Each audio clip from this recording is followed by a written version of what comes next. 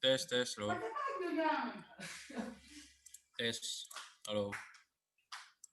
Tes. Halo. Halo. Belum dibuka ini kan? YouTube ada testing sound. Halo, tes. Tes, halo. Ya. Halo. Tes. Halo. Halo. Di YouTube dong. Kita kasih pitching suara Zoom. Halo. So kita pakai mic di sini. Tes, halo. Tes. Halo. Tes 1 2. Boleh, Pak?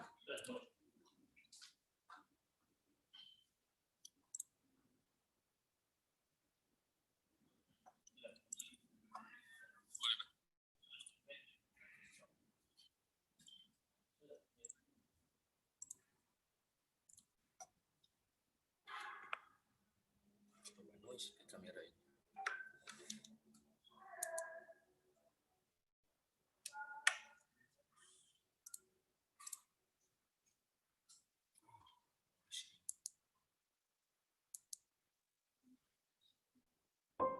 Hubungan antara globalisasi dan keberlanjutan hidup manusia sering dipersoalkan dalam konteks yang bersahabat maupun berlawanan. Di satu pihak, globalisasi diproyeksikan memberi efek kemudahan dan kenyamanan hidup manusia, termasuk dalam praktek kehidupan beragama. Namun, di sisi lain, globalisasi mengandaikan lompatan-lompatan di luar akar tradisi dan kebiasaan yang berisiko terhadap keberlanjutan kehidupan manusia dan alam sekitarnya. Aktivitas ekonomi yang masif, urbanisasi dan digital lifestyle yang menjadi ruh dari globalisasi kekinian acap kali abai terhadap resiko sosial dan ekologis. Warga dunia termasuk masyarakat muslim dituntut untuk berkontribusi secara teoritis dan praktik pada pemecahan masalah-masalah globalisasi yang berdampak terhadap keberlanjutan spesies manusia dan tempat tinggalnya. Tradisi Islam sesungguhnya kaya akan teks, praktek, kebiasaan, adat, dan sumber-sumber lain yang menyediakan perspektif dan strategi bagaimana merespon krisis global seperti ancaman radikalisme, terorisme, konflik antar etnis dan negara, global warming, hingga pandemi global seperti sekarang ini yang sedang kita rasakan. Melalui pendekatan maqasidus syariah, urf, maslahah, spiritualitas tasawuf, hingga adat lokal yang berlaku di masyarakat, tradisi Islam menyediakan perangkat-perangkat ideologis atau budaya bagaimana manusia berdampingan secara sehat dengan globalisasi dan melewati krisis global tersebut. Melalui International Student Conference in Islamic Studies, sarjana dan mahasiswa bidang kajian keislaman akan memotret dan menggambarkan kajian-kajian terbaru terkait tema tersebut. Bersama-sama mari kita ikuti secara aktif program International Student Conference in Islamic Studies tahun 2020 yang diselenggarakan oleh Institut Agama Islam Negeri Manado. Jadi tema kegiatan ini adalah Islam, Globalisasi, dan Human Sustainability. Latar belakangnya adalah dampak dari globalisasi yang kita lihat benar-benar real, kita lihat dan kita rasakan, kita dengar betul-betul sudah melekat dalam kehidupan manusia, umat manusia dimanapun sekarang, berhadapan dengan fenomena globalisasi yang dampaknya itu ibarat pisau bermata dua, ya. Nah, itu tentu memberikan resiko dan dampak yang luar biasa bagi kehidupan individual maupun masyarakat. Nah, harapannya itu dengan pemahaman terhadap fenomena, isu, pertanyaan-pertanyaan, konsepsi-konsepsi dari globalisasi dan keberlangsungan hidup manusia, diharapkan para peserta, mahasiswa, akademisi, dan masyarakat pada umumnya yang meminati kajian Islam lebih memahami persoalan-persoalan yang esensial ini. Nah, kita harapkan masyarakat yang mengkaji atau meminat kajian Islam itu lebih sadar akan fenomena itu, sehingga dalam kajian-kajian Islamnya lebih mengangkat isu itu dan bisa berkontribusi terhadap permasalahan-permasalahan atau isu-isu pemahaman akan globalisasi dan human sustainability ini. Assalamualaikum warahmatullahi wabarakatuh. Alhamdulillah, IAIN Manado akan menyelenggarakan ISCIS keempat tahun 2020. International Student Conference in Islamic Studies keempat ini bertujuan untuk mengumpulkan para mahasiswa dan akademisi secara umum untuk bisa mempresentasikan hasil penelitiannya di berbagai topik. Di antaranya topik yang berkaitan dengan Islam secara keseluruhan, Globalization, dan Human Sustainability. Di samping mengumpulkan para mahasiswa dan akademisi untuk mempresentasikan hasil penelitiannya, kegiatan ISCIS ini juga bertujuan menjadi ajang silaturahim atau pembentukan jaringan sesama para akademisi, sesama mahasiswa, terutama di bidang-bidang yang saling berkaitan ketertarikan penelitiannya. Sehingga kita berharap ISCIS ini bisa memberikan pembentukan jaringan-jaringan baru bagi mahasiswa dan akademisi, serta proceeding dari hasil conference yang bisa membantu pengembangan, terutama pengembangan tema-tema dan berkaitan dengan perguruan tinggi. Demikian yang bisa kami sampaikan. Selamat berkonferensi ISCIS keempat IAIN Manado tahun 2020. Mari mahasiswa PTKIN se-Indonesia dimanapun berada, kita gabung bersama-sama. Selamat bergabung bersama-sama Institut Agama Islam Negeri IAIN Manado yang diprakarsai oleh mahasiswa IAIN Manado Bidik Misi bersama dengan seluruh mahasiswa di IAIN Manado. Mari bersama-sama kita bergabung. Hidup Bidik Misi, hidup mahasiswa IAIN, hidup PTKIN. Wassalamualaikum warahmatullahi wabarakatuh.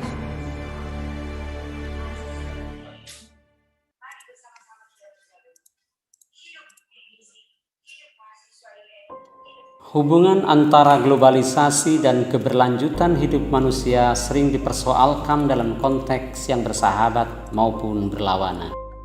Di satu pihak, globalisasi diproyeksikan memberi efek kemudahan dan kenyamanan hidup manusia, termasuk dalam praktek kehidupan beragama. Namun, di sisi lain, globalisasi mengandaikan lompatan-lompatan di luar akar tradisi dan kebiasaan yang berisiko terhadap keberlanjutan kehidupan manusia dan alam sekitarnya. Aktivitas ekonomi yang masif, urbanisasi dan digital lifestyle yang menjadi ruh dari globalisasi kekinian acap kali abai terhadap resiko sosial dan ekologis. Warga dunia termasuk masyarakat muslim dituntut untuk berkontribusi secara teoritis dan praktik pada pemecahan masalah-masalah globalisasi yang berdampak terhadap keberlanjutan spesies manusia dan tempat tinggalnya. Tradisi Islam sesungguhnya kaya akan teks, praktek, kebiasaan, adat, dan sumber-sumber lain yang menyediakan perspektif dan strategi bagaimana merespon krisis global seperti ancaman radikalisme, terorisme, konflik antar etnis dan negara, global warming, hingga pandemi global seperti sekarang ini yang sedang kita rasakan. Melalui pendekatan maqasidus syariah, urf, maslahah, spiritualitas tasawuf, hingga adat lokal yang berlaku di masyarakat, tradisi Islam menyediakan perangkat-perangkat ideologis atau budaya bagaimana manusia berdampingan secara sehat dengan globalisasi dan melewati krisis global tersebut.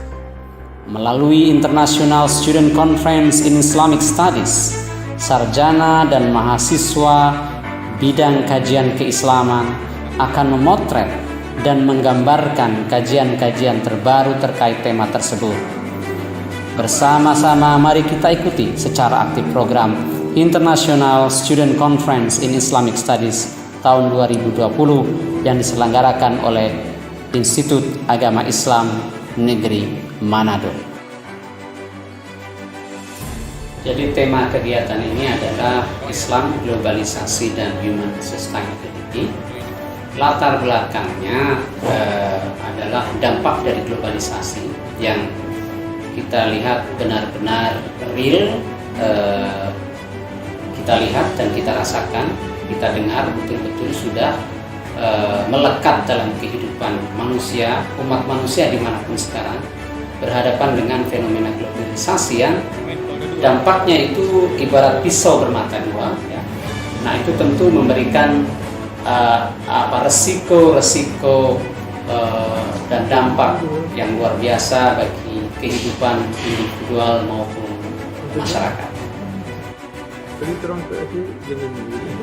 Nah, harapannya itu dengan pemahaman terhadap fenomena, isu, pertanyaan, konsepsi-konsepsi dari globalisasi dan keberlangsungan hidup manusia, diharapkan para peserta, mahasiswa, akademisi, dan masyarakat pada umumnya yang meminati kajian Islam lebih memahami persoalan-persoalan yang esensial ini. Nah, kita harapkan masyarakat yang mengkaji atau meminat kajian Islam itu lebih sadar akan fenomena itu, sehingga dalam kajian-kajian Islamnya lebih mengangkat isu itu dan bisa berkontribusi terhadap permasalahan-permasalahan atau isu-isu pemahaman akan globalisasi dan human sustainability ini.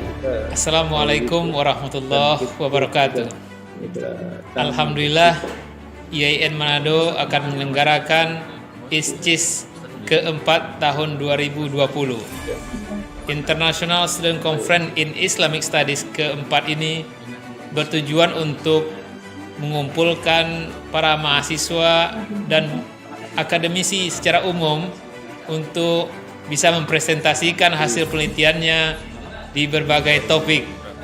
Di antaranya topik yang berkaitan dengan Islam secara keseluruhan, Globalization, dan Human Sustainability.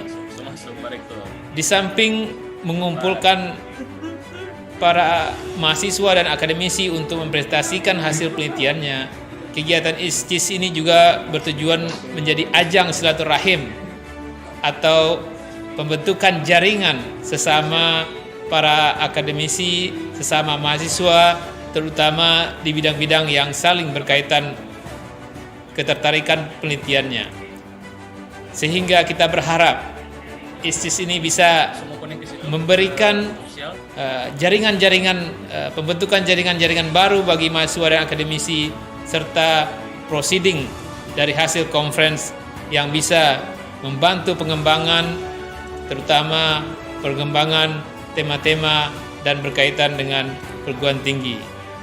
Demikian yang bisa kami sampaikan. Selamat berkonferensi ISCIS keempat IAIN Manado tahun 2020. Mari mahasiswa PTKIN se-Indonesia dimanapun berada, kita gabung bersama-sama.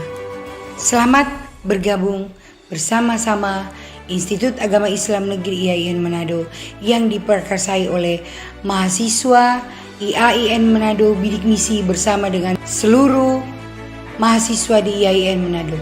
Mari bersama-sama kita bergabung. Hidup Bidik Misi, hidup mahasiswa IAIN, hidup PTKIN. Wassalamualaikum warahmatullahi wabarakatuh. Kagi kung join kung belum mulai. Hubungan antara globalisasi dan keberlanjutan hidup manusia sering dipersoalkan dalam konteks yang bersahabat maupun berlawanan.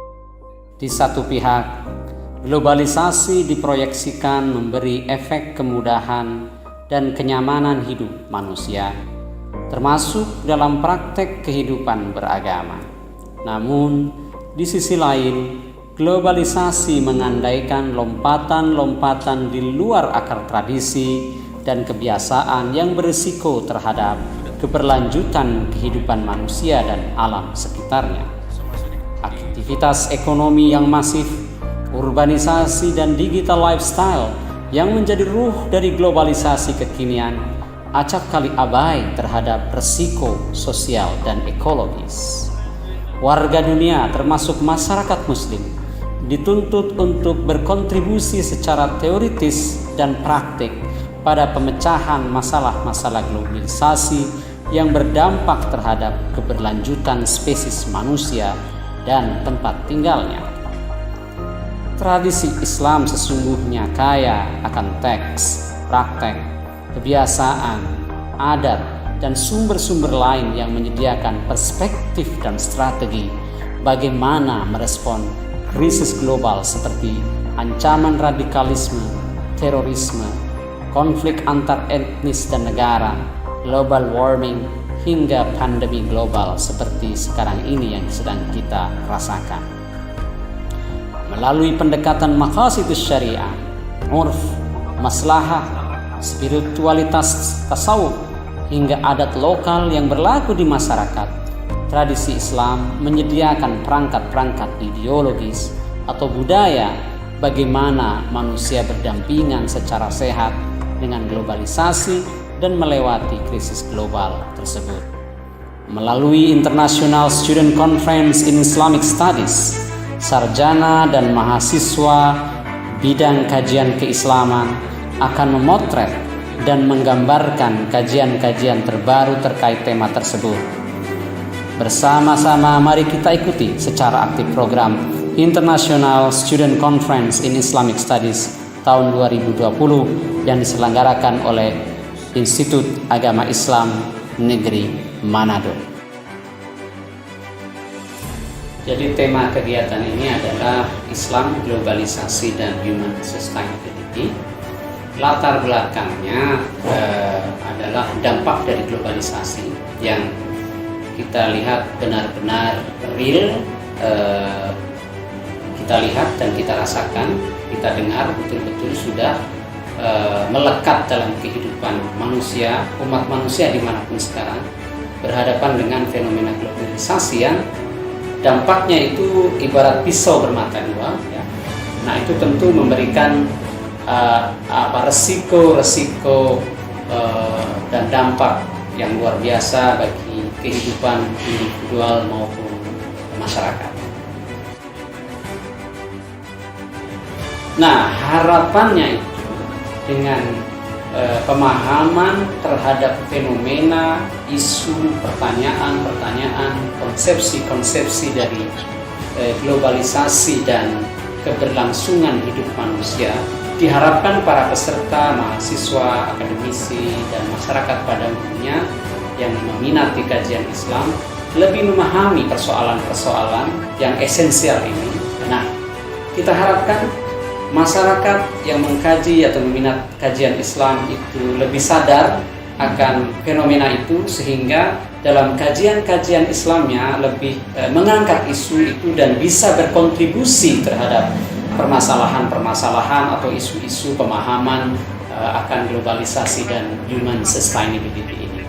Assalamualaikum warahmatullahi wabarakatuh. Alhamdulillah, IAIN Manado akan menyelenggarakan ISCIS keempat tahun 2020. International Student Conference in Islamic Studies keempat ini bertujuan untuk mengumpulkan para mahasiswa dan akademisi secara umum untuk bisa mempresentasikan hasil penelitiannya di berbagai topik. Di antaranya topik yang berkaitan dengan Islam secara keseluruhan, globalization, dan human sustainability. Di samping mengumpulkan para mahasiswa dan akademisi untuk mempresentasikan hasil penelitiannya, kegiatan ISCIS ini juga bertujuan menjadi ajang silaturahim atau pembentukan jaringan sesama para akademisi, sesama mahasiswa, terutama di bidang-bidang yang saling berkaitan ketertarikan penelitiannya. Sehingga kita berharap ISCIS ini bisa memberikan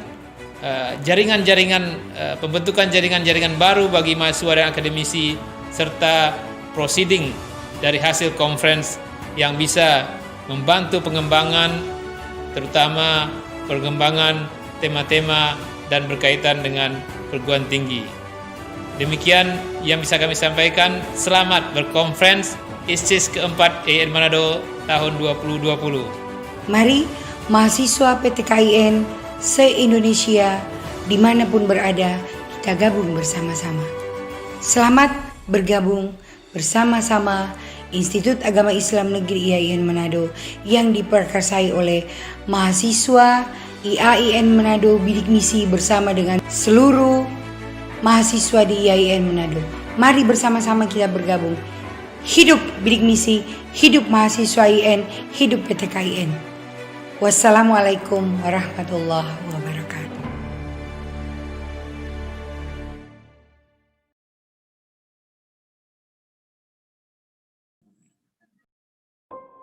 Hubungan antara globalisasi dan keberlanjutan hidup manusia sering dipersoalkan dalam konteks yang bersahabat maupun berlawanan.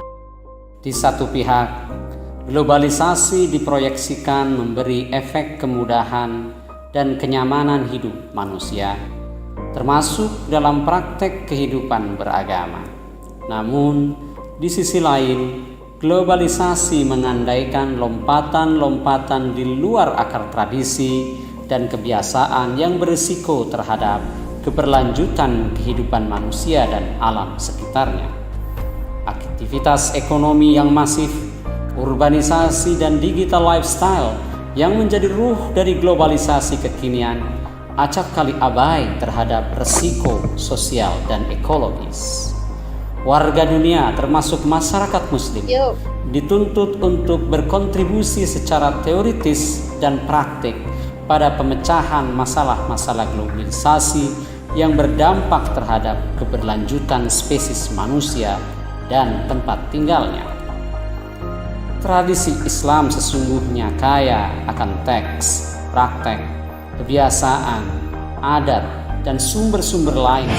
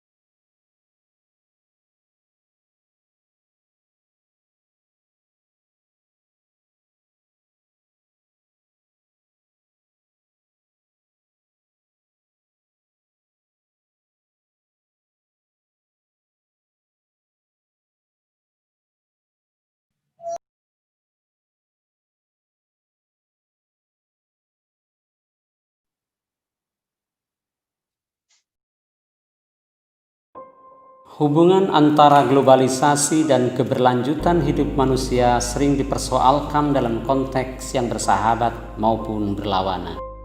Di satu pihak, globalisasi diproyeksikan memberi efek kemudahan dan kenyamanan hidup manusia, termasuk dalam praktek kehidupan beragama. Namun, di sisi lain, globalisasi mengandaikan lompatan-lompatan di luar akar tradisi dan kebiasaan yang berisiko terhadap keberlanjutan kehidupan manusia dan alam sekitarnya. Aktivitas ekonomi yang masif, urbanisasi dan digital lifestyle yang menjadi ruh dari globalisasi kekinian acap kali abai terhadap resiko sosial dan ekologis.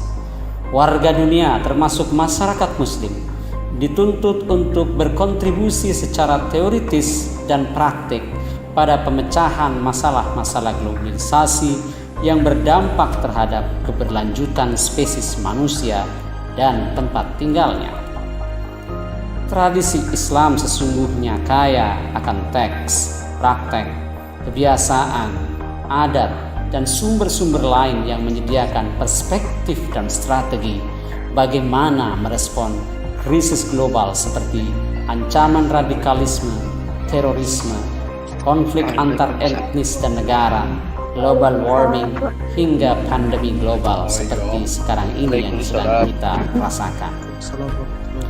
Melalui pendekatan maqasidus syariah, urf, maslahah, spiritualitas tasawuf, hingga adat lokal yang berlaku di masyarakat, tradisi Islam menyediakan perangkat-perangkat ideologis atau budaya bagaimana manusia berdampingan secara sehat dengan globalisasi dan melewati krisis global tersebut. Melalui International Student Conference in Islamic Studies, sarjana dan mahasiswa bidang kajian keislaman akan memotret dan menggambarkan kajian-kajian terbaru terkait tema tersebut. Bersama-sama mari kita ikuti secara aktif program International Student Conference in Islamic Studies tahun 2020 yang diselenggarakan oleh Institut Agama Islam Negeri Manado. Jadi tema kegiatan ini adalah Islam, Globalisasi, dan Human Sustainability. Latar belakangnya adalah dampak dari globalisasi yang kita lihat benar-benar real,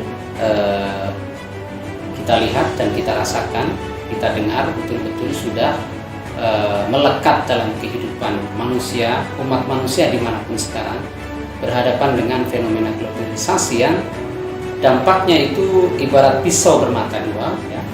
Nah, itu tentu memberikan resiko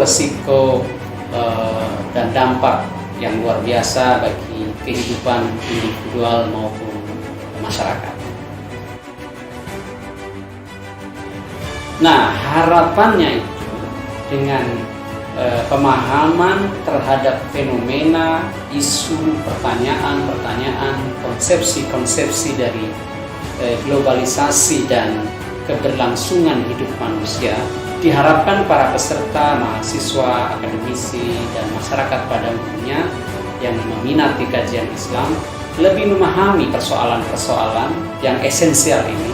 Nah, kita harapkan masyarakat yang mengkaji atau meminat kajian Islam itu lebih sadar akan fenomena itu, sehingga dalam kajian-kajian Islamnya lebih mengangkat isu itu dan bisa berkontribusi terhadap permasalahan-permasalahan atau isu-isu pemahaman akan globalisasi dan human sustainability ini. Assalamualaikum warahmatullahi wabarakatuh. Alhamdulillah, IAIN Manado akan menyelenggarakan ISCIS keempat tahun 2020. International Student Conference in Islamic Studies keempat ini bertujuan untuk atau pembentukan jaringan sesama para akademisi, sesama mahasiswa, terutama di bidang-bidang yang saling berkaitan ketertarikan penelitiannya. Sehingga kita berharap ISCIS ini bisa memberikan pembentukan jaringan-jaringan baru bagi mahasiswa dan akademisi serta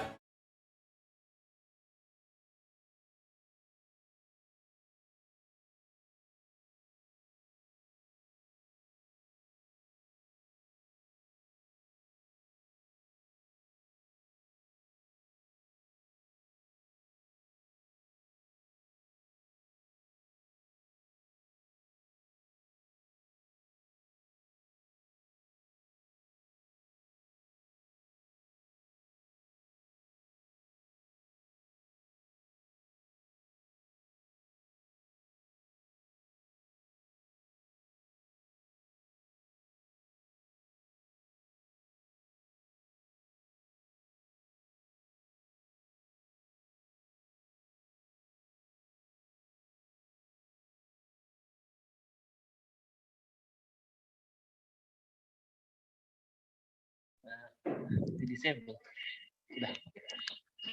Assalamualaikum warahmatullahi wabarakatuh. Innal hamdalillah nahmaduhu wa nasta'inuhu wa nastaghfiruh wa na'udzu billahi min syururi anfusina wa min sayyiati a'malina may yahdihillahu fala mudhillalah wa may yudlilhu fala hadiyalah. Asyhadu an la ilaha illallah wa asyhadu anna Muhammadan abduhu wa rasuluhu la nabiyya ba'da amma ba'du. First of all, let us say thanks to Allah Subhanahu wa Ta'ala who has given us a healthy so we can attend here without any obstacles. Prayer and salutation we give to our Prophet Muhammad Sallallahu Alaihi Wasallam who has brought us from the dark path to the light path. Yang terhormat, the Honorable Director of IAIN Manado, Mr. Delmus Puneri Salim, PhD. Yang terhormat, the Honorable, the Third Vice Rector of IAIN Manado, Mrs. Dr. Musdalifah Dahrut, MSA. Yang terhormat, the Honorable, the Head of Committee, Mr. Ali Amin MA. The Honorable, all the lecturers, all the interviewees, all the moderators, presenters, participants, and all the audiences. The 4th International Student Conferences in Islamic Studies, November 18th, 2020 is opened. Mari kita buka acara ISCIS yang keempat ini dengan membacakan basmalah. Acara selanjutnya yaitu pembacaan ayat suci Al-Quran. The next agenda is reciting the Holy Quran by our brother Salman Alelo. Time is yours.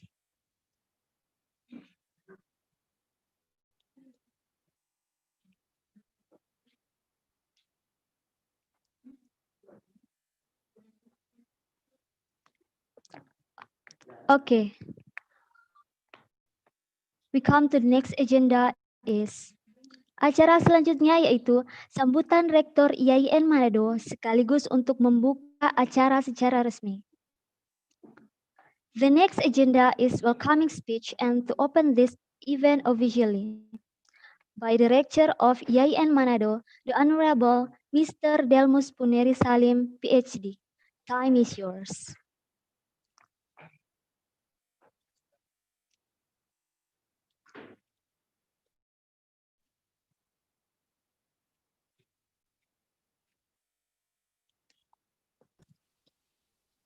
Assalamualaikum warahmatullahi wabarakatuh. Alhamdulillahirabbil alamin wassalatu wassalamu ala Rasulillah sallallahu alaihi wasallam. The Honorable Deputy Rector of IAIN Manado, the Honorable Head of Administration Bureau IAIN Manado, Honorable Dean and Deputy Dean Faculties IAIN Manado, respectable teaching and administrative staff of IAIN Manado, respectable keynote speakers, all speakers, Ibu Dr. Lima Agustina, Profesor Dr. Imtiaz Yusuf, Bapak Muaf Abraham Masud, PhD, distinguished guests and students, welcome to the 3rd International Student Conference on Islamic Studies 2020 IAIN Manado. And this annual conference is conducted in different manners compared to two previous ones. This International Student Conference on Islamic Studies is conducted online virtual due to restriction in relation to pandemic that is spreading worldwide since late last year. We hope that it enables speakers as well as participants to see opportunities from these different perspectives. Our theme is Islam, globalization, and human sustainability. Globalization has taken place for hundreds of years, but has sped up over last half century. Globalization means that the world is becoming interconnected by trade and culture exchange. Globalization is the spread of an exchange of people, goods, and ideas across the globe. Characteristically, it is directly associated with change or transformation, modernity, and increasingly interdependence relation between different regions of the world. Globalization in an aspect of human life that has always been there since beginning of humanity. It corresponds with the natural human instinct and tendency toward being a social animal. It is a tendency with which God has created man to live on exchanging his sources and experiences with others around in order to achieve and realize best chance of life.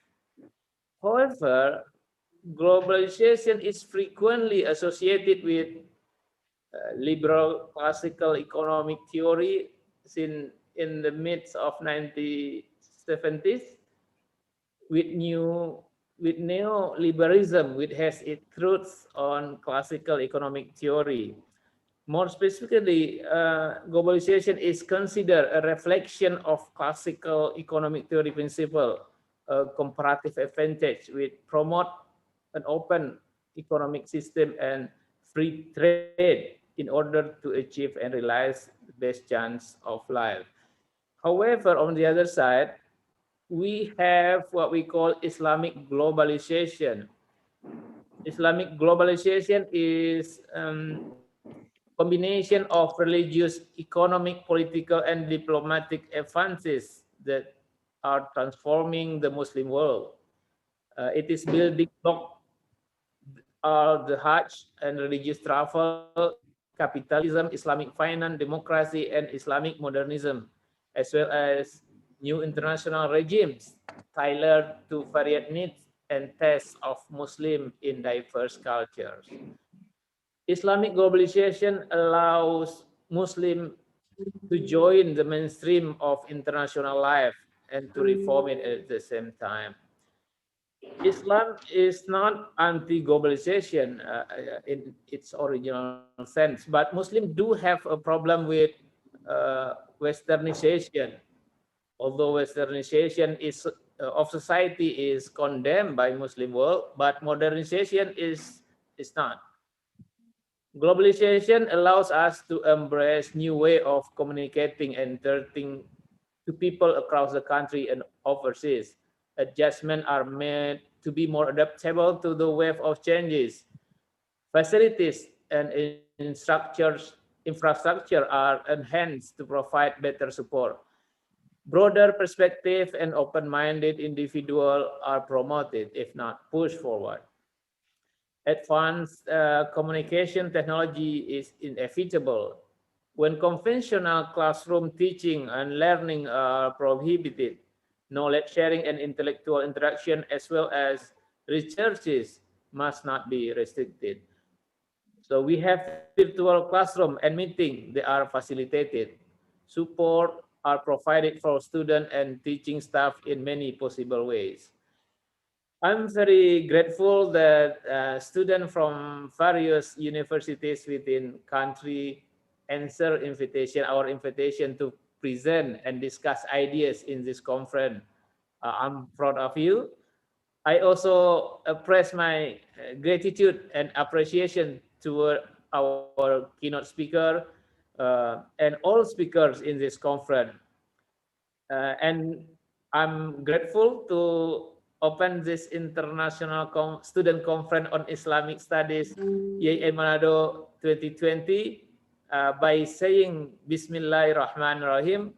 This conference is officially open. Assalamualaikum warahmatullahi wabarakatuh.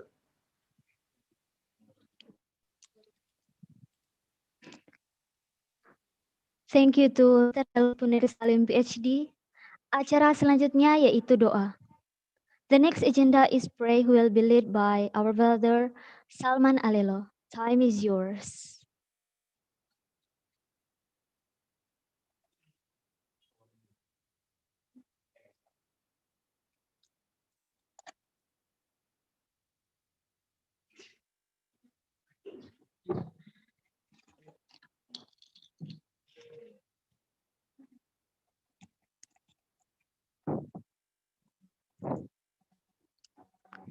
Assalamualaikum warahmatullahi wabarakatuh.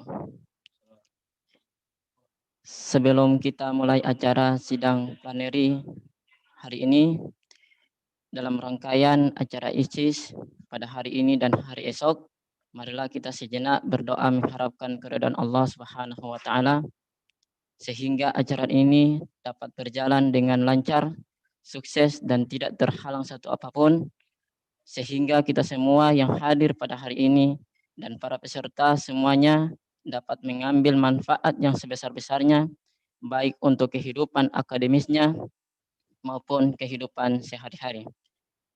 Ila hadratina Nabi Mustafa Rasulullah sallallahu alaihi wasallam. Al-Fatihah. A'udzu billahi minasyaitonir rajim. Bismillahirrahmanirrahim. Alhamdulillahi rabbil alamin. Ar-Rahmanir-Rahim. Maliki yaumiddin. Iyyaka na'budu wa iyyaka nasta'in. Ihdinas siratal mustaqim. Siratal ladzina an'amta 'alaihim ghairil maghdubi 'alaihim waladdallin. Amin. Amin amin. Bismillahirrahmanirrahim. Allahumma salli wa sallim ala Muhammad wa ala ali Muhammad.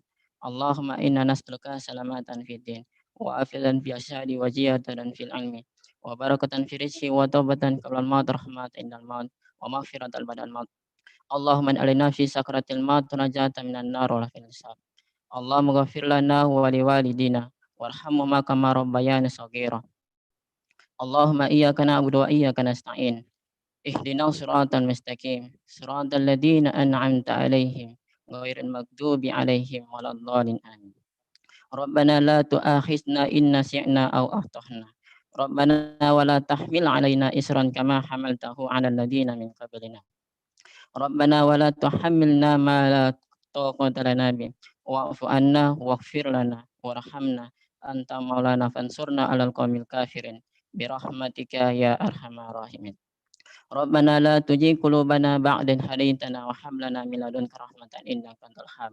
Rabbana hab lana min azwajina wa dzurriyyatina qurratan lil muttaqina imama. Rabbana atina fid dunya hasanah wa fil akhirati hasanah wa qina adzabannar. Wa sallallahu ala nabiyyina Muhammadin wa ala alihi wa barik wasallam. Subhana rabbika rabbil izzati amma yasifun. Wassalamu ala mursalin walhamdulillahi rabbil alamin.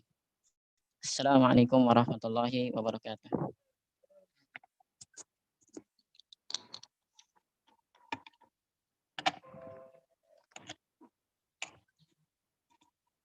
Thank you to our brother Salman Alelo. We come to the next agenda is keynote speech. Agenda selanjutnya yaitu keynote speech yang akan dibawakan oleh Kepala BPIP Bapak Dr. Yudian Wahyudi yang akan diwakili oleh keynote speaker kita Ibu Dr. Rima Agustina SH SEMM, Deputi Pengendalian dan Evaluasi BPIP Republik Indonesia. Disilahkan.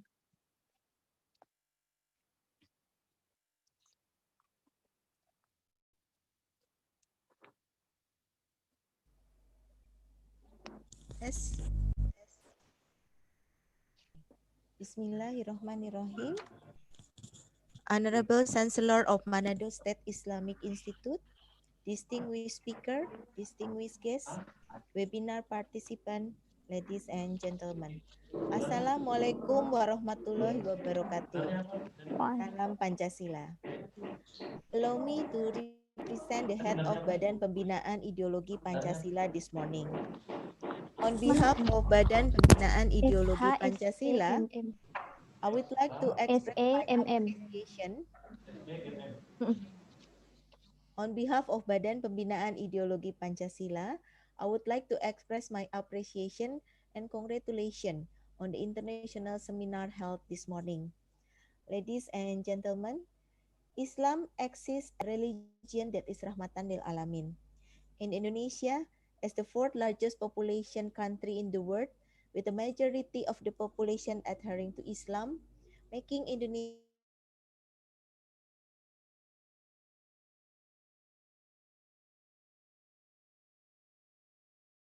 countries with the most religious population in the world, with 1,718 languages and 6 religion and 187 religious group, is able to live in peace with the consensus of Pancasila as the state foundation, state ideology, and nation ways of life. This condition provides a great opportunity to provide an example of what to build a peaceful world by caring for diversity, like how to build a family of nation while respecting the sovereignty of its nation and state. The Islamic identity of Pancasila in Indonesia has provided an example of how religious beliefs are in harmony with the various cultures that exist in Indonesia. With the success of Muslim in Indonesia caring for diversity, it is an opportunity for Indonesian Muslim to convey to the world how Indonesian Muslim live with Islamic value that reflect Pancasila while maintaining cultural diversity and respecting differences. On this occasion, I invite all parties to show all the beauty when Islamic values are manifested in various actions which are also implementation of Pancasila values. In the midst of the pandemic, we are all made aware that we are the same. There is no great nation or country that is strong enough to fight the COVID-19 virus pandemic by ourselves. We are all made aware that only the power of cooperation, only the power of mutual cooperation, we call it gotong royong, the essence of Pancasila, which is a form of implementation of Islamic values that can carry us all through the pandemic. May we all be granted health, safety, and happiness. Thank you. Amin. Wassalamualaikum warahmatullahi wabarakatuh.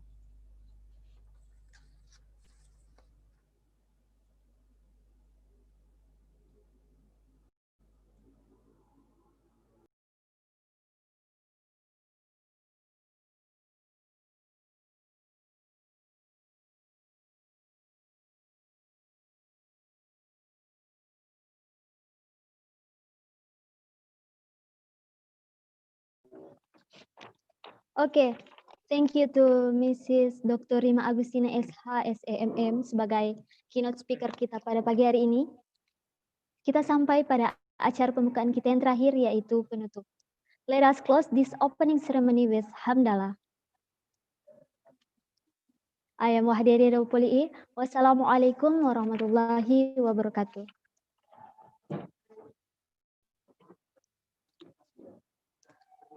Kita serahkan acara selanjutnya sepenuhnya yaitu public plenary yang akan dipandu oleh moderator.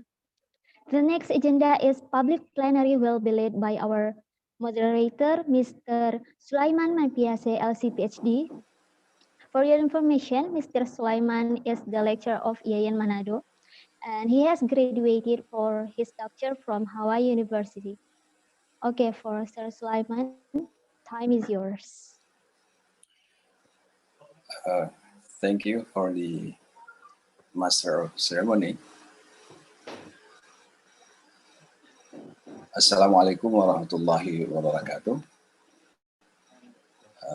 Good morning. First, I would like to welcome our two distinguished speakers for this first plenary session. Dr. Imtiaz Yusuf from the Islam and Buddhist Program, International Institute of Islam, Thought and Civilization, IIUM, Malaysia. And our second speaker, Dr. Muwaffaq Ibrahim Mas'ud, PhD from the University of Zawiya, Libya. Before I introduce them, I would like to give a short introduction to our current session, both in English and in Bahasa. So, many believe that globalization will make us converge and unleash us in many ways. In politics, we will become borderless. Physical territory will fade away. In economy, the wealth of the rich will trickle down to the poor. In culture and religion, due to the flow of information and mobility of people, we will have better wisdom and become more cosmopolitan. Unfortunately, the current global world doesn't seem to have like what we expect. In politics, we witness conflicts in many parts of the world due to the rising identity politics. In economy, poverty and inequality are on their highest scale right now. In culture, consumerism is rampant, leading to deep environmental problems in many different parts of the world. In religion, we witness the rise of extremism, radicalism, discrimination, and violent fightings done in the name of religion. So globalization has presented us with many contradictions. Therefore, sustainability may be one of the notions and values that we should advance together to realize our common goal to live prosperously and happily, regardless of our differences in identities. Islam, as one of the world religions, alongside with other religion traditions, should give their best to our current world to resolve our common problems.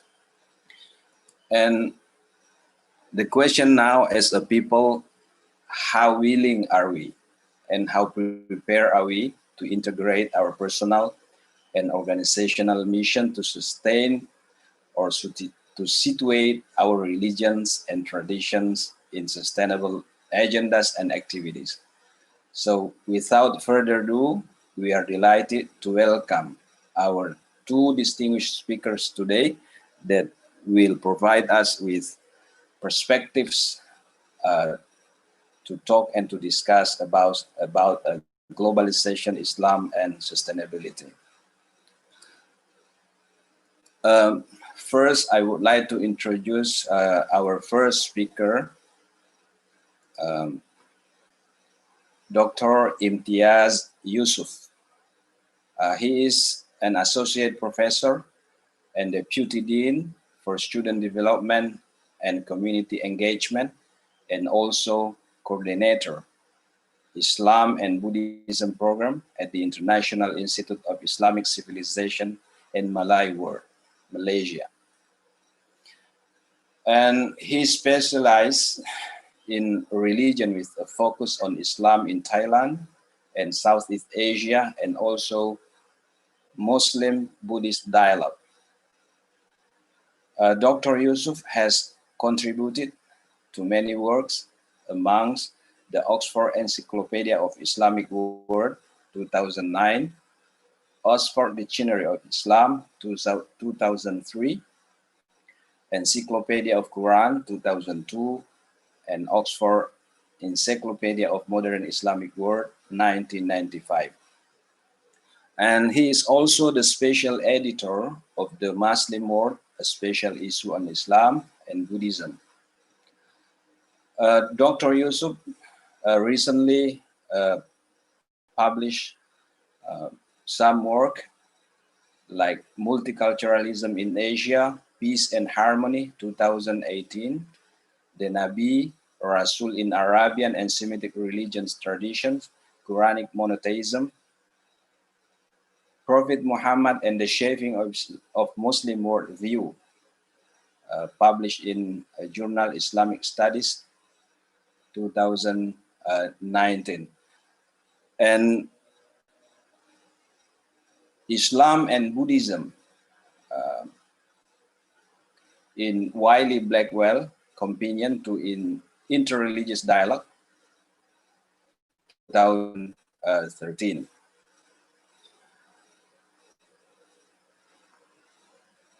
And our second speaker, Dr. Muaffaq Ibrahim Masoud.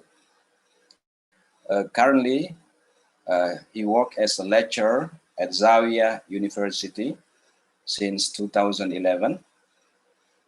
His educational background, he earned license from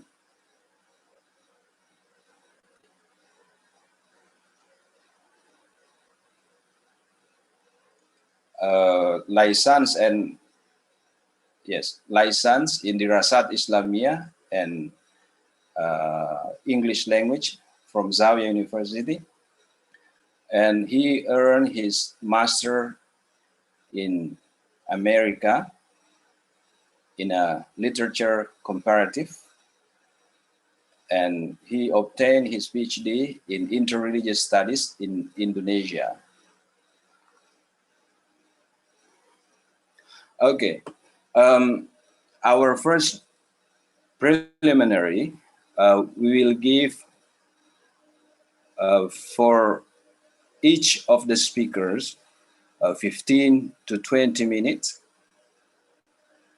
And after that, we are going to take questions from the audience. So for those who have a question already, you can post your question through the chat room in our Zoom, so we can select it and present it to the speakers later on. Without further ado, I would like to pass over to Dr. Imtiaz to present his presentation, and it's yours. Can you unmute the microphone, Dr. Imtiaz?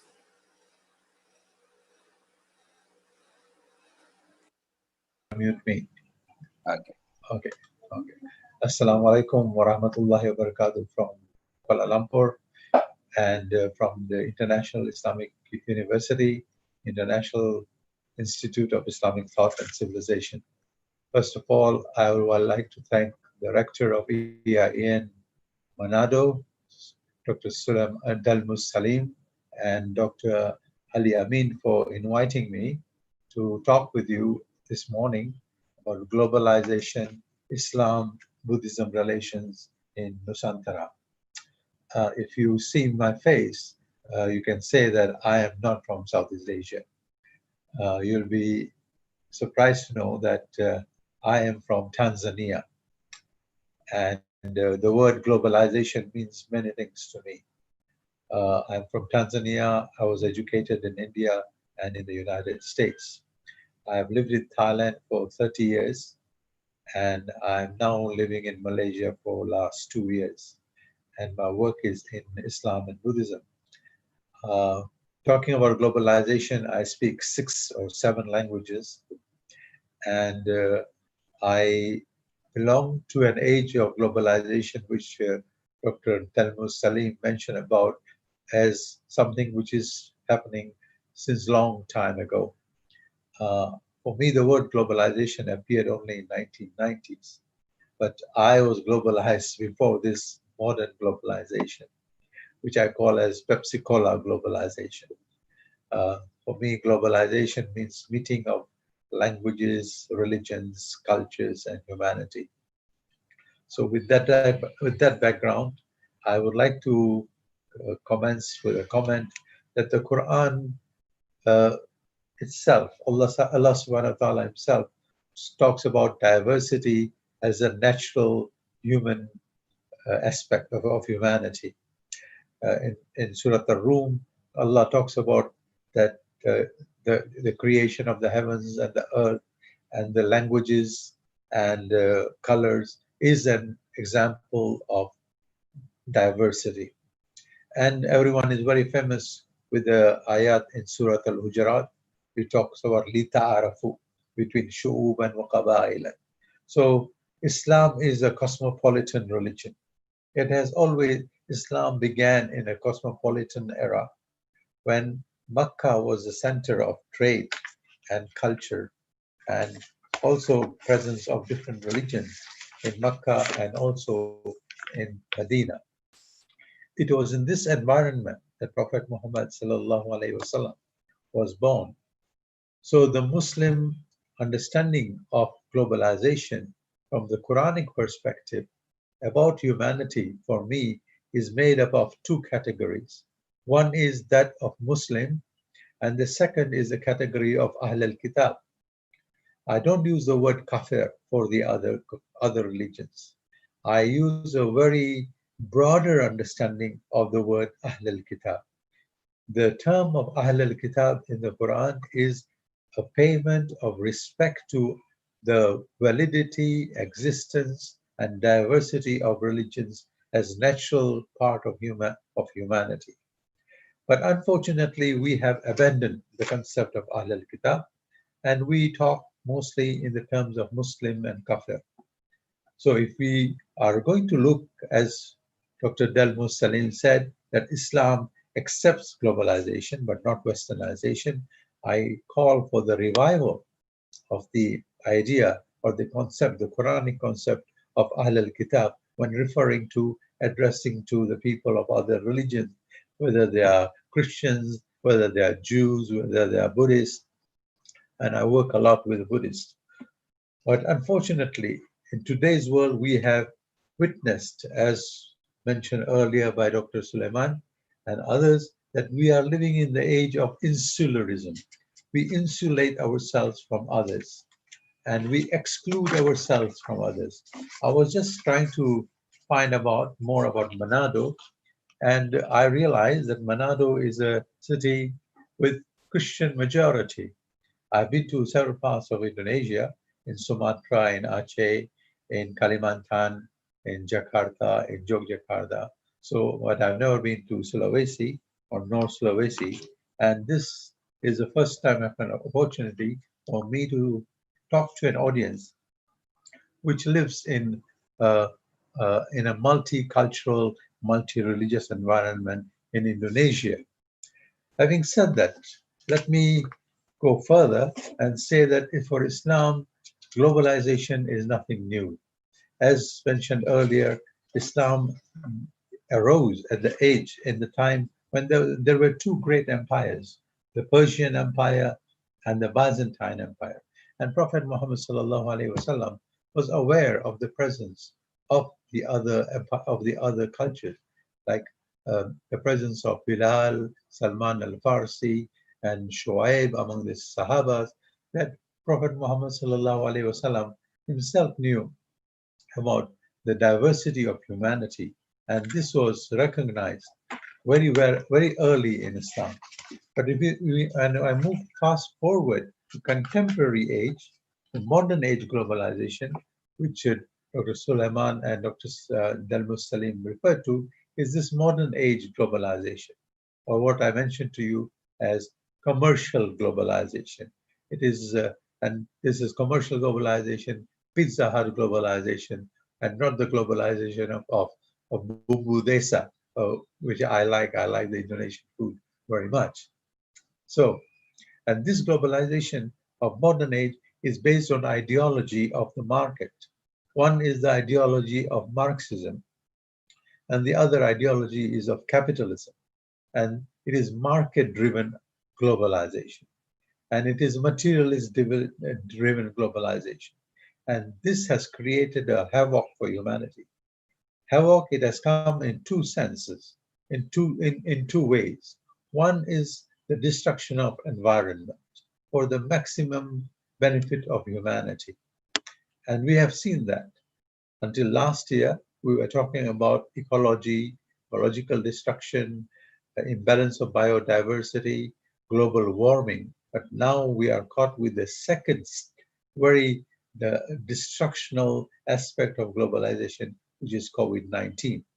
I would, if there was no COVID-19, I would not be talking to you from a remote perspective like this online, which is becoming like new normal. Even today, these days, I teach my classes online, and I'm sure about all 400 students who are here, they are also learning online. So this globalization is destructive, and it has some benefits. There is connectivity, there is easy technology, it is technology driven, and we live by technology.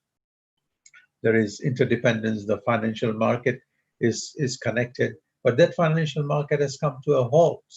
And today the economies are suffering or have come to a halt, and many people are getting unemployed. So this raises the question: is the present form of globalization sustainable, or does this era of COVID require us human beings to go back and to look again and to understand of how to come out with a new age where we will have learned a lesson from the COVID pandemic?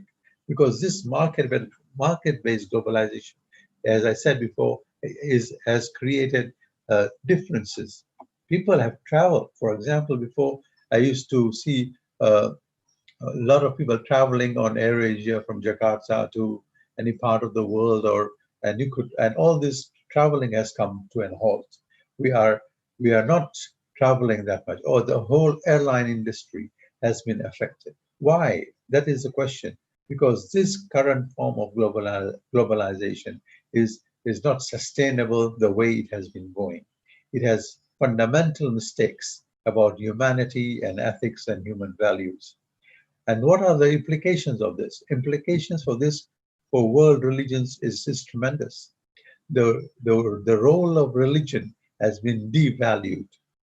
And it is only religion which can provide values and ethics to bring humanity back to the track, on the track of normal globalization, where we are not selfish and we are not what would I call? We are not affected by our by destructive or negative elements of globalization. Now, having said that, I work a lot on Islam and Buddhism. So let me say that these two religions, I'll talk a little bit more about Islam and Buddhism and globalization. The two religions of Islam and Buddhism are the two major religions of Southeast Asia. Most of you, Indonesia is the home of Buddhism. If the Jawa, the Borobudur is in Indonesia, and if you know the history of Indonesia, the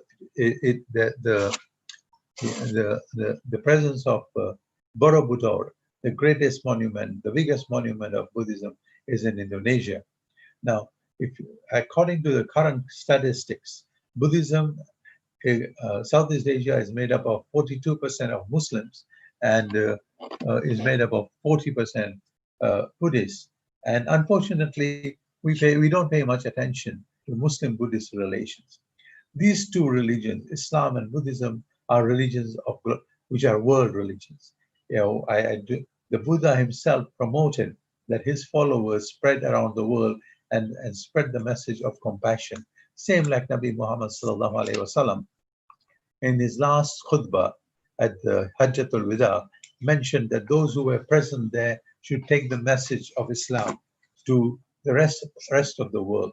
That's why we see the spread of Buddhism in Southeast Asia from 7th century to the 11th century, and the spread of Islam from the 12th century onwards until today. So when we look at history, I see that there is a parallel rise of Islam and Buddhism at the same time. While Buddhism was coming to Southeast Asia, Islam, Nabi Muhammad, and the Quran was being revealed in Arabia. This is a very important historical dimension, which brings these two religions into confluence. And then both Islam and Buddhism are religions of liberation.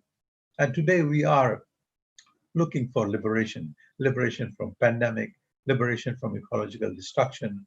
And that's why the message of the Buddha and the message of Nabi Muhammad sallallahu alaihi wasallam is a message of liberation of humanity from suffering and oppression.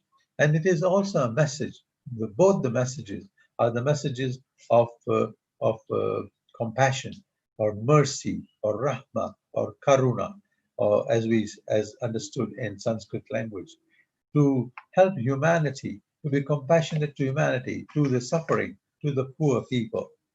And Muslims have studied Buddhism for a long time. I'm not the first one to talk about it. In fact, comparative religion studies of Buddhism started by Muslims for a long time.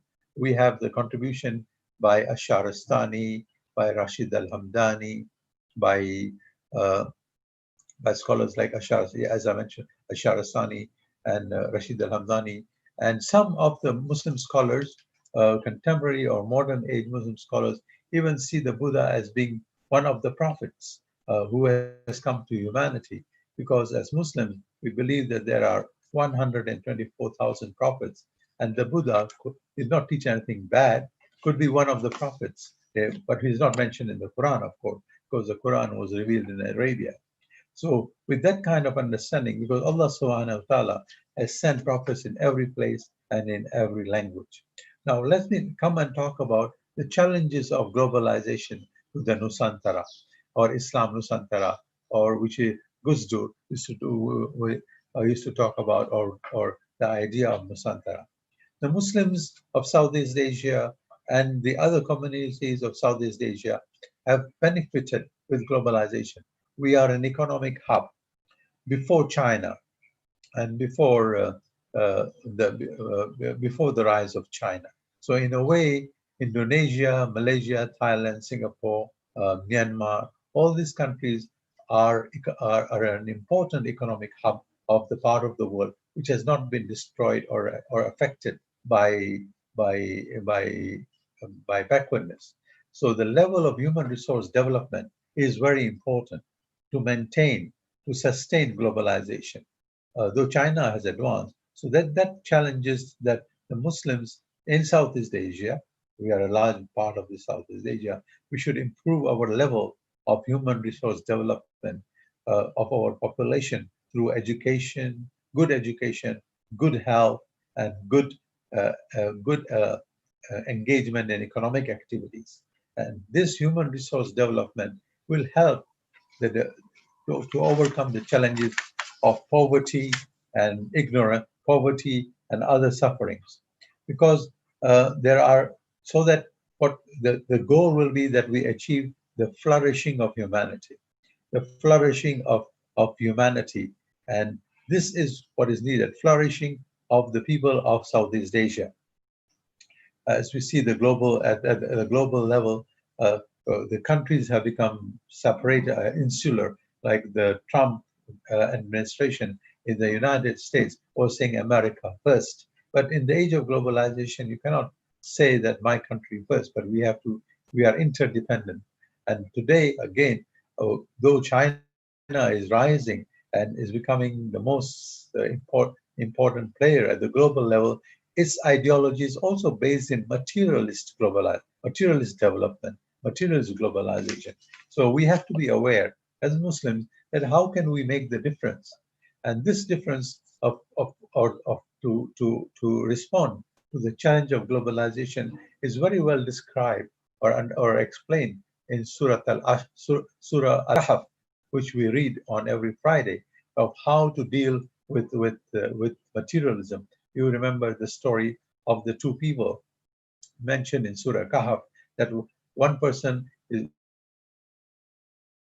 good guarded, but he forgets that there's an end to the world, and there's no common there's, uh, there's no permanent prosperity, because he forgets to say ma masha la hawla wala, he forgets to say masha, or the words I'm remembering now here, that masha la hawla wala quwwata illa billah, masha Allah quwwata illa billah, that only power belongs to God. And with this idea that it is Allah only who has the power, has to be at the backside, which should be the guiding principle of globalization and dealing with globalization. And this takes me to the fourth or the third part of my lecture, that multiculturalism is just an important requirement for Southeast Asia. We are already multicultural community, as Dr. Rima mentioned, about 1,000, I don't remember the number, about 1,000 something, 400 groups, ethnic groups in Indonesia itself. And so we are all diverse, so multiculturalism has to be accepted. I know the people, and the word like religious pluralism is banned in Malaysia and Indonesia, but we have to open our mind.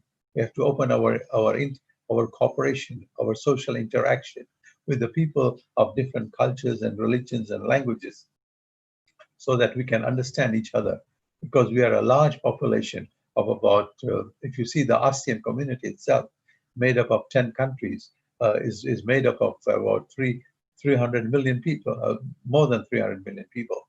And it is a challenge that ASEAN community should face has a charter of building socio-cultural community, so that the ASEAN blueprint, along with the values of Islam, with the values of Islam's idea of cosmopolitanism, the Islam view of other religions as the religions of Ahl al-Kitab, can guide us to face the challenges. The challenge today also comes in the form of religious nationalists. In the past, we have the communists who engaged in violence. Then we had the Cold War, and with the communists and the capitalists engaged in the Cold War, fighting each other with armament, nearly wanting to destroy each other. But today we have the rise of religious nationalists. There are Muslim religious nationalists, there are Buddhist religious nationalists, there are Christian religious nationalists, there are Jewish religious nationalists who are exploiting religion for violence. We see that in the case of Myanmar, where the Rohingya people who are Muslims, about 1 million of them have been displaced and denied the fundamental human right of citizenship.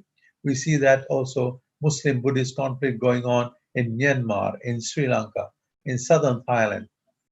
And if we let this conflict go on between Islam and Buddhism in Southeast Asia, we will be destroying the whole region, because we, the Muslims and Buddhists, constitute about 80% or 82% of the total population of Southeast Asia. So we have to have our own model of globalization. I distinguish between two types of multiculturalism: the European model and the Asian model. And I'll be ending very soon with my presentation here. The European model of globalization is based on what I call the three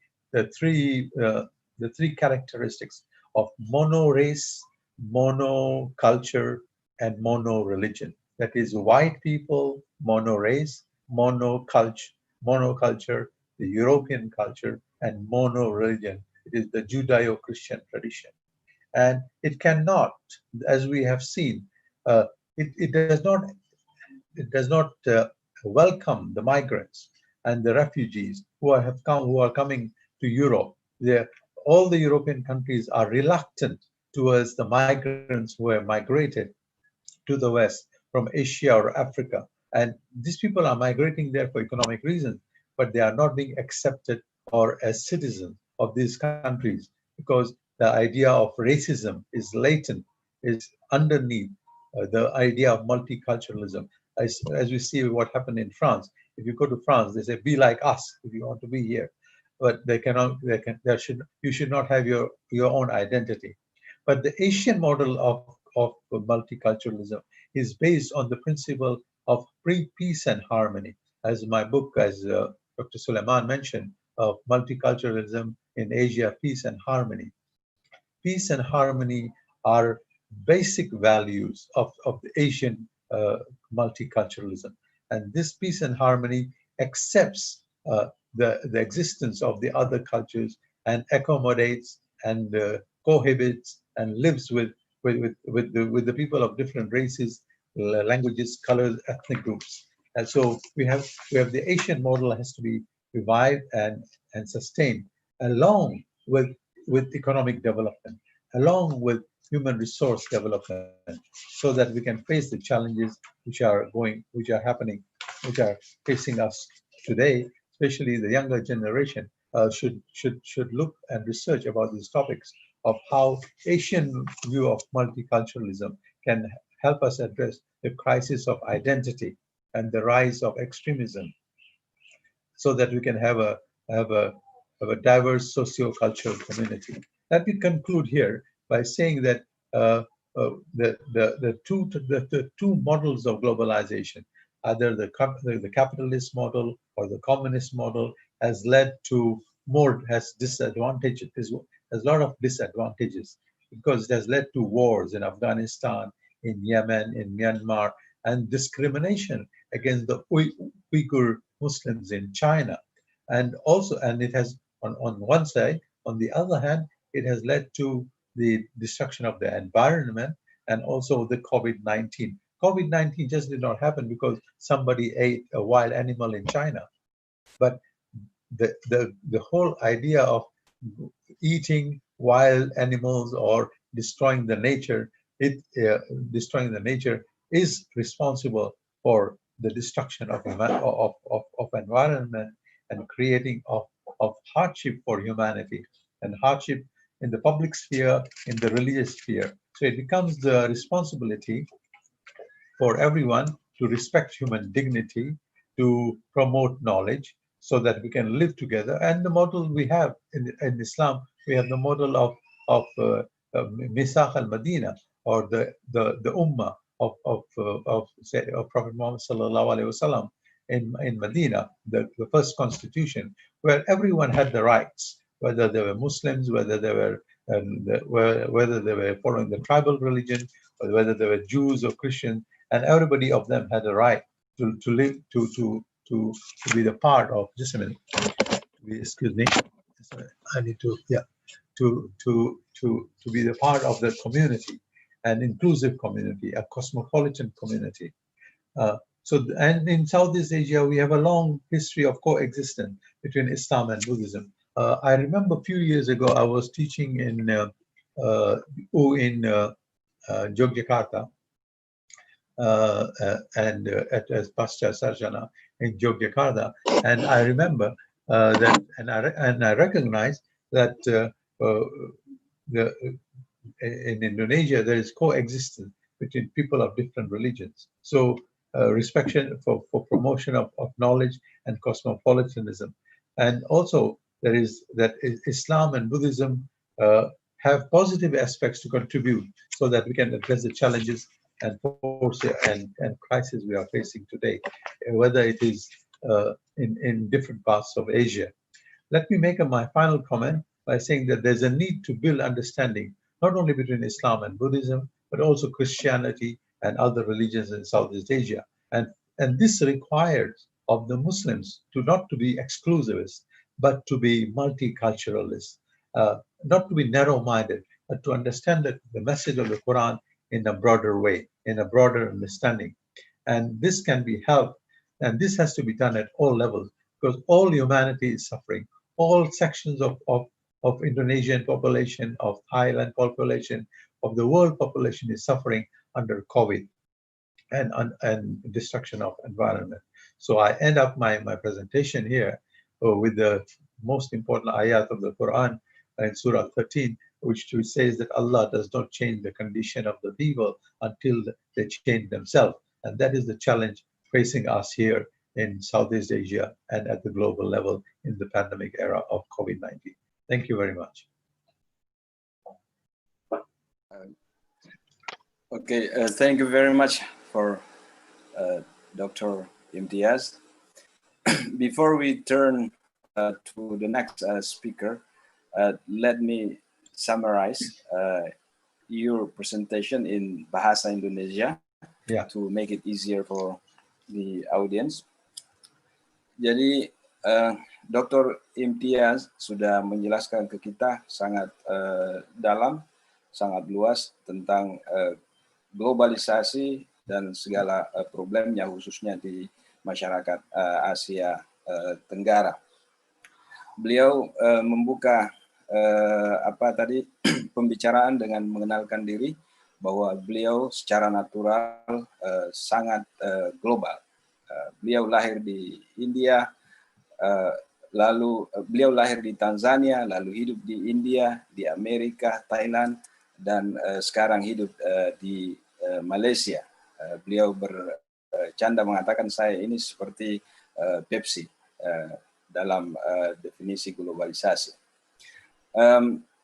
Kemudian beliau menjelaskan bahwa Islam tidak baru terhadap globalisasi. Dalam Islam kita pahami bahwasanya Al-Quran menegaskan kita ini berbeda-beda, berbangsa-bangsa, dan kita ada untuk saling mengenal satu sama lain.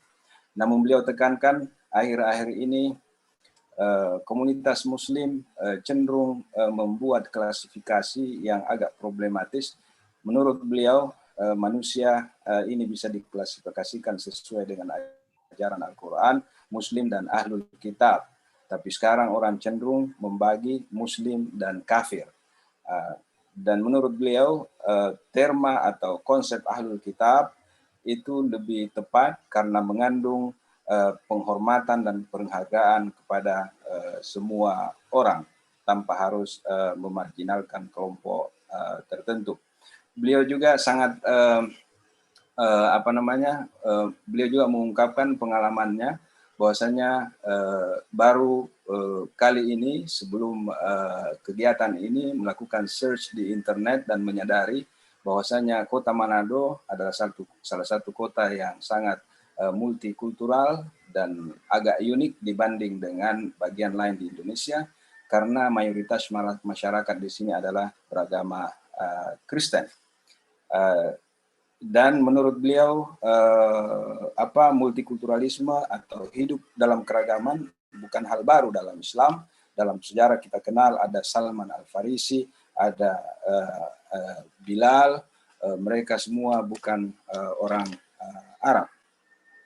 Kemudian beliau menjelaskan bahwa globalisasi itu ada dua. Ada globalisasi yang intinya adalah pertemuan dan konektivitas antar penduduk dunia.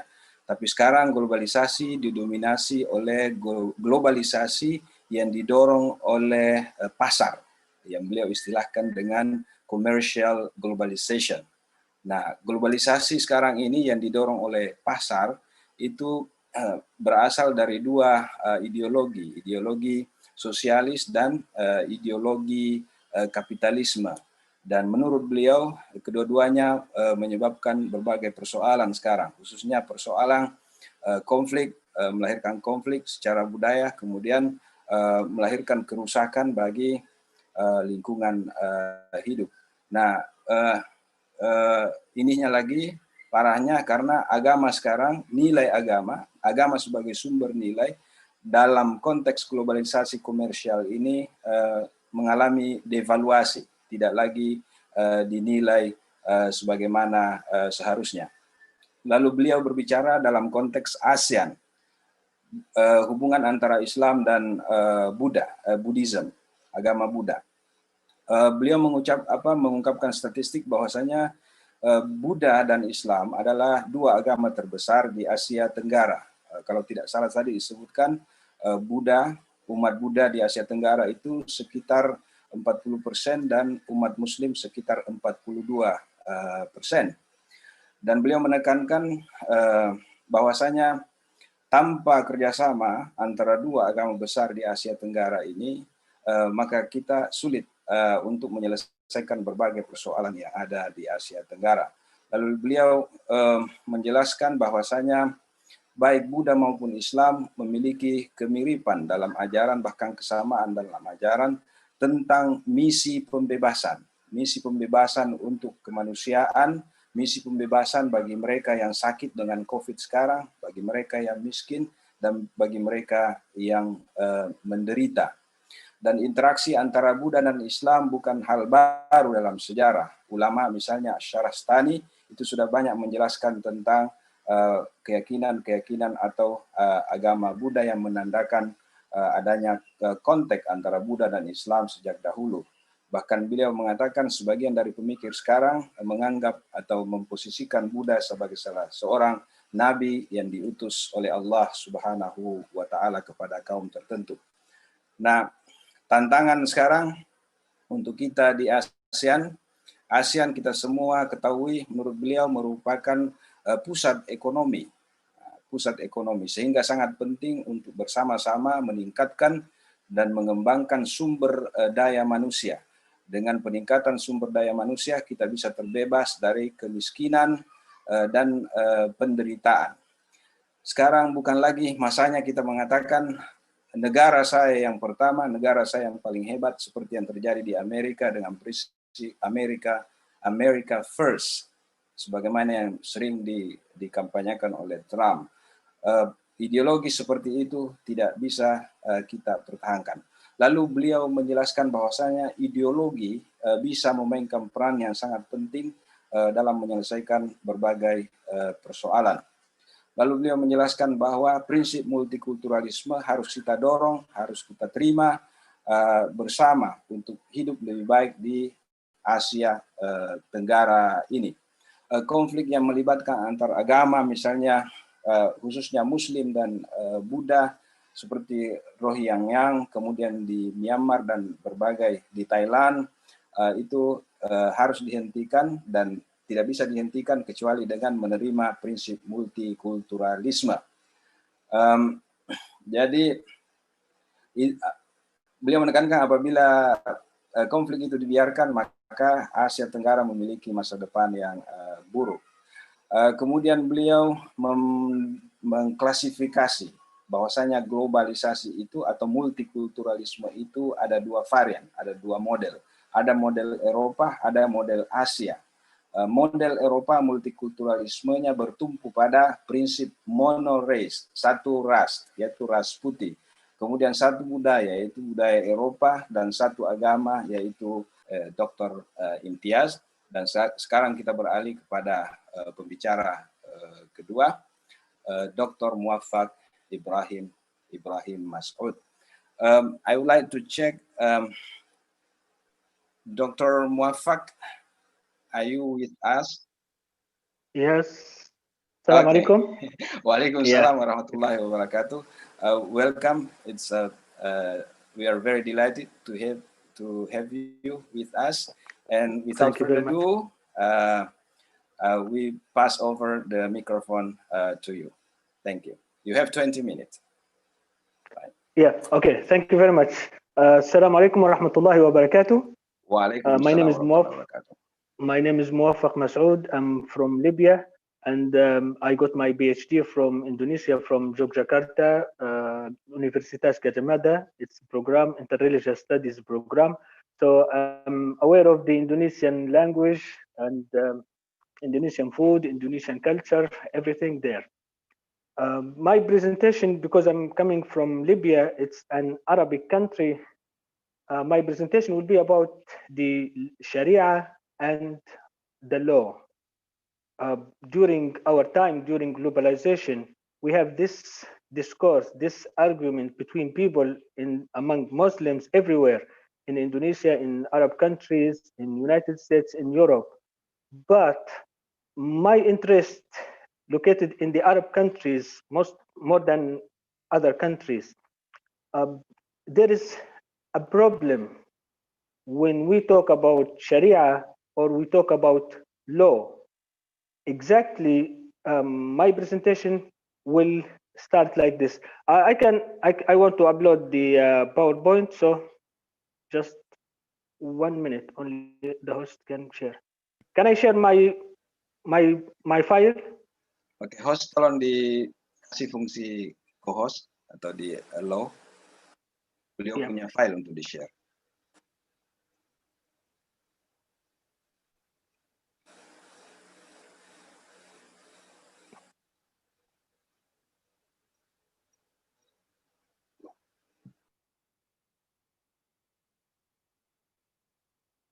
Yeah, thank you very much.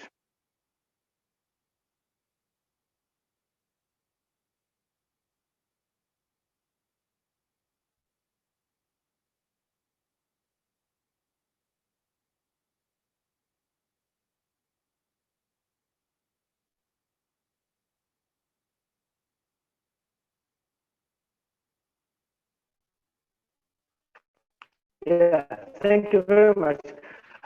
This is my presentation here. It's about Sharia or law, the crisis of modern Islamic movements in the age of globalization. My keywords here: Islam, globalization, law. We have Sharia and the modern state. I'll talk about modern state and the system of Khilafah. So for Islam, that's a religion. Globalization is a modern phenomena. Law, it's similar to Sharia, but we have differences. I will talk about some similarities and differences between law and Sharia. And from political side, I talk about the state, the modern state, the national state, national modern state, and the Khilafah system, which already existed before. As here we have globalization, it's the interaction or exchange of many things. For example, culture, education, politics, economy, religion. Some of these, I can classify them, some very important, crucial, like religion, and others, we can share them or exchange them without any problems. For example, culture, we have different kinds of culture. We have Western culture, Eastern culture, African culture, Indonesian culture, Indonesian budaya. Education, that's a system where we can adapt new forms of education. That's also, it's unproblematic. For politics, we can talk about which kind of political system we can exchange, we can change, we can develop. And economy, it's the same thing. The most important point for me here is about religion. And under religion, I have legal interaction. Religion during the age of globalization. This is the most important thing. Religion during the age of globalization. For people, religion is their own belief, their own life. People can sacrifice their life for their own religion. For their own culture, it's not necessary to sacrifice your life for your own culture or education or political system or economy. But for religion, we have millions of people who have this kind of very strong emotion towards their religion. During the age of globalization, this is very important to understand how people react to each other. Then here, for our own belief, we have, according to Islam, we have what we call Sharia. So that's the essence of Islam. In the Al-Quran, in Al-Hadith, we have many orders from Allah. So the Sharia al-Islamiyya is a set of rules revealed by Allah in the Quran, and some of these rules are fixed, no ijtihad, unchangeable. We cannot change them. So it's clear text, says do something or don't do something, or if something happened, you have to do this or you have to do that. So this part from Sharia, it's unchangeable, fixed, no ijtihad. The other parts, some parts of Sharia, they are flexible. We can develop them. We can apply them to different situations. In this case, we can use ijtihad or qiyas. And for the Sharia, it's enforced by the government and the ulama and every common Muslim. And this is one difference between Sharia and law. For the Sharia Islamiyah, everybody, not just the government, can enforce it. Even the ulama, they talk about it, they can enforce it, and even common people, they know this is halal, this is haram. And the Sharia Islamiyah, it's universal. They are universal. It's just universal rules. So applied for all Muslims everywhere. The law on the other side, the law is subject to change. So this is one difference between the law and Sharia Islamiyah. Now, when we compare them, the Sharia Islamiyah is fixed. The law is subject to change. It's very flexible. We can change it at any time, even without a reason. And the changes made by people. If we want to change any law, we can change it. We have many legal ways to change the laws. But for the Sharia Islamiyah, it's some part of it, it's fixed. We cannot change it. And for the law, it depends on time and location. So if we, during the 20th century, we can make something illegal by law. By law, it's illegal. We can make it legal now. So we decide which legal and which illegal, and depends on the location also. Whether you are in Southeast Asia, in Europe, in United States, in Africa. So if something illegal here, it's not necessary to be illegal everywhere. But for the Sharia Islamiyah, it's universal. This is one important difference between both of them. And the Sharia and the law is enforced by the government only.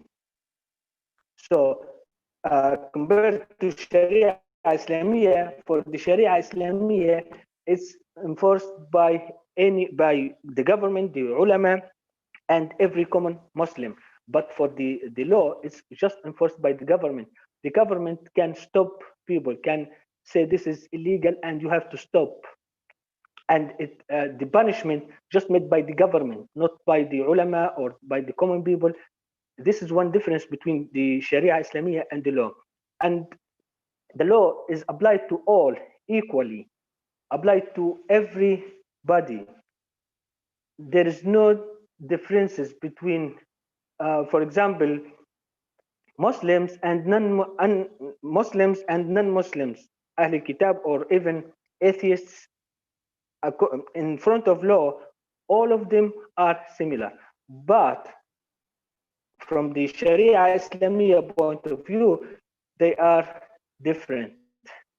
Muslims differ from non-Muslims. We have some, for example, in al-fiqh or al-hudud, we have differences between Muslims and non-Muslims. For example, if a Muslim killed non-Muslim, you cannot apply the had for we cannot kill the Muslim by non-Muslim because he killed someone from other religions. We cannot kill the Muslim according to the fiqh, but according to the law, they are similar. And the law, we can negotiate the law. We can have an objection. We can say this is we don't want to accept this law. But for the Sharia Islamiyah, we cannot say we are we don't accept this had, or we cannot accept this. This is the difference between the law and Sharia Islamiyah. The law is very flexible. The Sharia Islamiyah, it's very strict and limited. We have in Libya, and I saw it in Egypt, in Indonesia also. When we talk, from which side we talk, from Sharia or from the law? For example, in education, sometimes we have the faculty of Sharia. If we talk about a secular university, sometimes we have faculty of Sharia, and then after a while they change it to the faculty of law, and then they change it to the faculty of Sharia and law. Still until now we cannot have a fixed name for it. In Indonesia, if you are studying in Institute Agama Islam or in UN Universitas Negeri Islam, so it's the faculty of Sharia, Hukum Islam. If you are studying in like Universitas Indonesia or Universitas Gajah Mada, the faculty of law. So the difference between law and Sharia, if I'm graduated from Sharia, can I work in the similar to those who graduated from law or not? In court system, we have some people, they just want mahakim shar'iyya, Islamic court, just following the system of Islam. On the other side, we have civil court, we have Sharia judge, Qadi Shar'i. On the other hand, we have just Qadi. It's just those who study law, we call them Qadi. Those who study Sharia, we call them Qadi Shar'i, following the Sharia law. This conflict in terminology, just names. You are graduated from where? Sharia or law? They are similar or not? Sometimes similar, sometimes not. The law, we say the law, one of the sources of the law is Sharia, from Sharia Islamiyah, but not all the laws from Sharia actually. So we have many new modern things which not already existed there in Sharia or existed before. So we add them. So this is not Sharia, it's just law. The importance of this introduction, I want to reach to this conclusion regarding the Sharia and law. We have in politics, we have the national state now. Before, we have the Khilafah. The difference between the Khilafah and the national state, we have many differences. For example, here, the head of the Khilafah, we call him Khalifa. The national state, president, king, prime minister, all these names, modern names. In the Khilafah, the citizens, it's unequal. So if you are under the Khilafah system, all Muslims are equal, but they are not equal with non-Muslims. Under the national state, all the citizens are equal. So this is one important difference. For example, under the Khilafah system, the non-Muslims, they have limitations on building their worshipping places, churches, synagogues, temples. So they are not equal with Muslims. In national state, you can build whatever you want, according to the law. And we have the concept of borders. In Khilafah state, it's open. We have open borders. So it can expand. It can expand beyond the borders. There is no limitations. So it's open borders for this. There is no all Muslims living in one area under the Khilafah. There is no Islamic state outside the Khilafah. So it's just one state for all Muslims. You can cross the border. There is no borders actually. You can cross from one place to another. No one will ask you are coming from Indonesia or you are coming from that place. So as soon as you are a Muslim, so it's just one country. And the national state is closed. Certain borders in certain locations, you cannot cross borders. So you cannot go from Sumatra to Malaysia just because you are a Muslim and this is you can cross. This is the land of Islam. You have borders, you have migration police, you have to check in, check out. You cannot do that. But before, during the time of Khilafah, it's open. You can go everywhere. No one, no authorities will ask you, where are you going or where is your passport or your documents. Before, it's not there. And the sources of law or Sharia, the sources of law in the sources of Sharia in the case of Khilafah, it's Al-Quran wa As-Sunnah. If you are from a Sunni country or a Shia, they have different books. If you are from a Shia, it's not a country, but if you are from a region where the dominant sect is Sunnah, you follow the Sunnah. If you are from a region where the dominant sect like Abadi, you follow the Abadi or the Shia. The source of law in the national state, it's the people. This is the difference. Here we have the source of Sharia from Al-Quran was Sunnah, and on the other side, the source of the law from people. The crisis, exactly. This is the modern, during, especially with the globalization, we have this problem. The Sharia is very limited if applied to modern state, national state. So on the other hand, the Sharia is applicable to the Khilafah state only. Now, if some people, this is national state.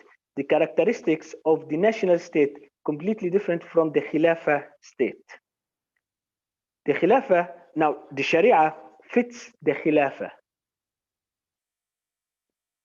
The national modern state, people, they want to apply the Sharia as it revealed 1,000 years, 400 years ago, 1,400 years ago. They want to apply it to the modern national state. And actually, we cannot apply it. For example, the borders, you cannot cross the borders just saying I'm a Muslim and this is an Islamic country. There is a law forbidden. The trade before, it's just open, no limitations, no borders. Now you cannot take goods or rice or anything from Indonesia and you just go to sell it everywhere without permission. You have to follow the law in this case.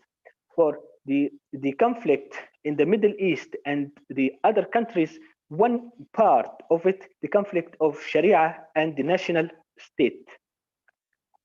We have many after the fall of the Ottoman Khilafah 1922, we have this interest in re-establishing the Islamic system as it were before the national state.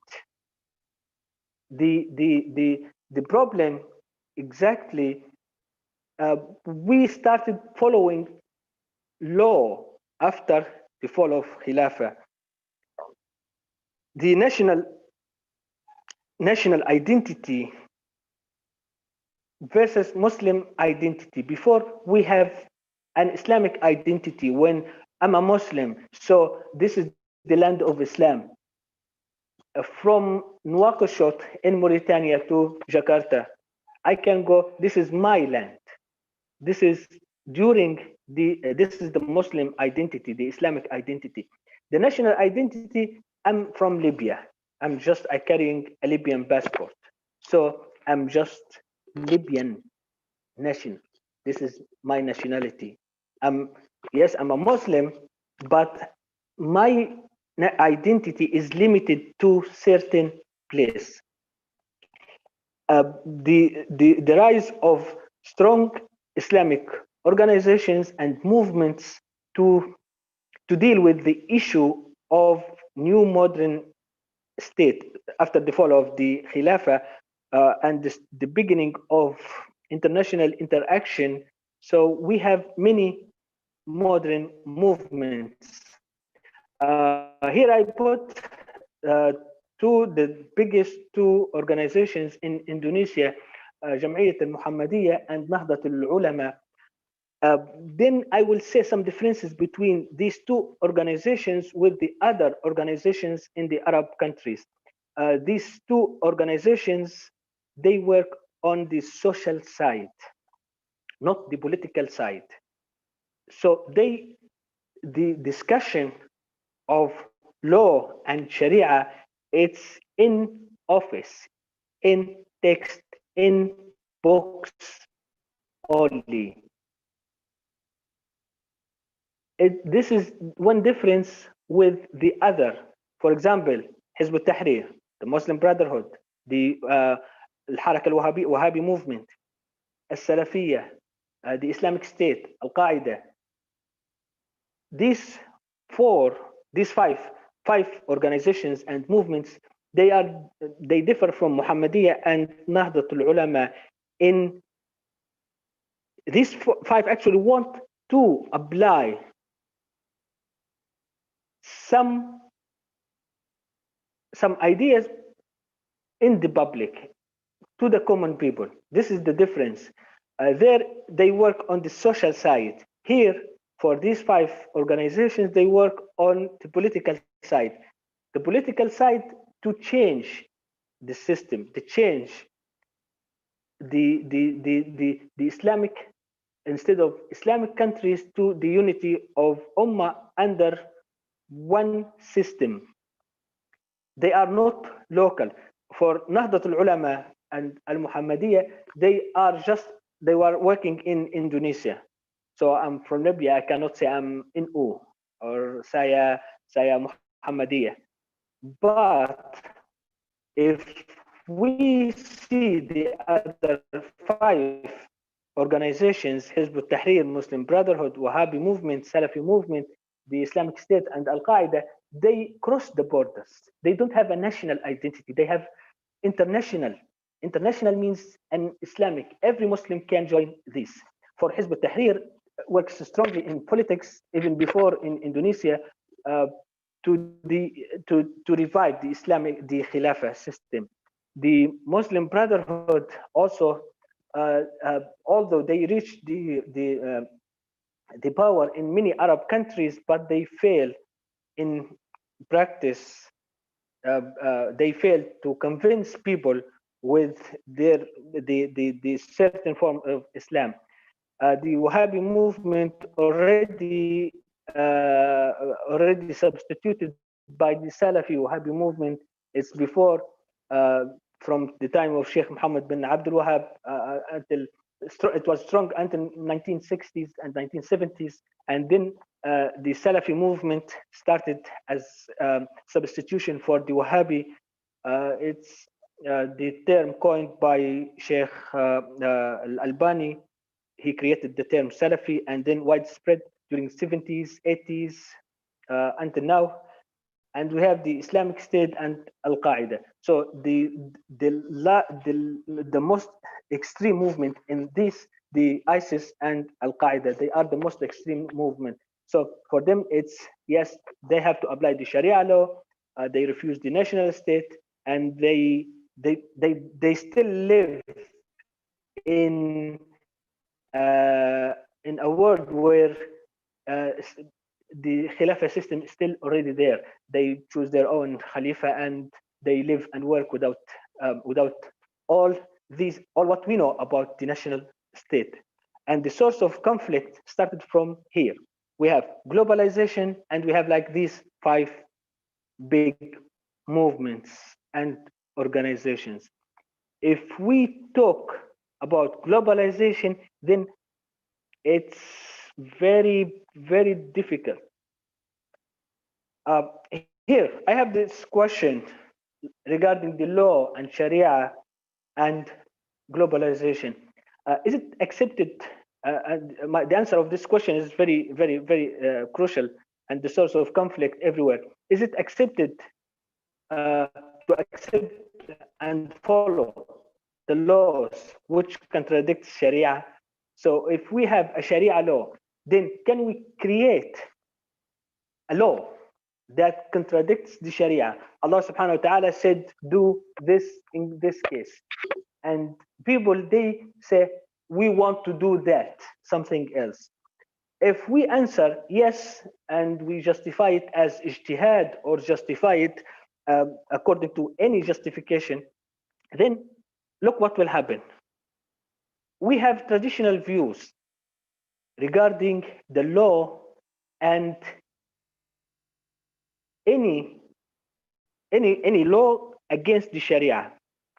So here I mentioned Ibn Hazm al-Andalusi in his book Al-Ihkam fi Usul al-Ahkam. He said, if we use as the gospel as a source of law instead of Sharia, if we use a had or a Sharia text from the gospel, that is kufr. So kafir, mushrik, outside of Islam. If we follow a law outside the Quran and Sunnah, and this law is from the gospel, from the Old Testament, so in this case you are outside of Islam. Ibn Taymiyyah in his Majmu' al-Fatawa also, he said the same thing regarding the gospel, the New Testament, and the Torah or the Old Testament. So he said the Torah نسخ هذه التوراة مبدلة لا يجوز العمل بما فيها. We cannot follow, we cannot use the law from the Old Testament because that's kufr. So you are out of Islam if you follow the law from the Old Testament. The most important thing in Ibn Kathir, he on his tafsir, he talked about the three verses. وَمَنْ لَمْ يَحْكُمْ بِمَا أَنزَلَ اللَّهُ فَأُولَٰئِكَ هُمُ الْكَافِرُونَ. And in the other verse, فَأُولَٰئِكَ هُمُ الظَّالِمُونَ. And in the third one, فَأُولَٰئِكَ هُمُ الْفَاسِقُونَ. So if those who don't use the judge by what Allah revealed, they are unbelievers if you don't follow what Allah had said. So Ibn Kathir in his tafsir, he argued like that. To use Sharia mixed with human-made rules, it's kufr. To follow the law of the Torah or the gospel, it's kufr. So if we just mix Sharia with human-made rules, law, so that's kufr for Ibn Kathir and many traditionals. So what about human-made laws? Now this is not from the Old Testament or the New Testament. It's just we people, we create this law. This is the argument of especially like the Islamic State, ISIS, Al-Qaeda. This is their main argument. So for them, because we follow the law, we are not Muslims. This is the problem of modernity, globalization, and understanding. So we have a national state which rules by law, Muafiq, and then I have to remind you about the time. Yes, I'm following. Okay. Yeah. So this is exactly the problem, because the national state follows the law and the Khilafah system follows Sharia. We have a national state, then people, they make laws. According to many Islamic texts, they are not Muslims because they created these laws, human-made laws.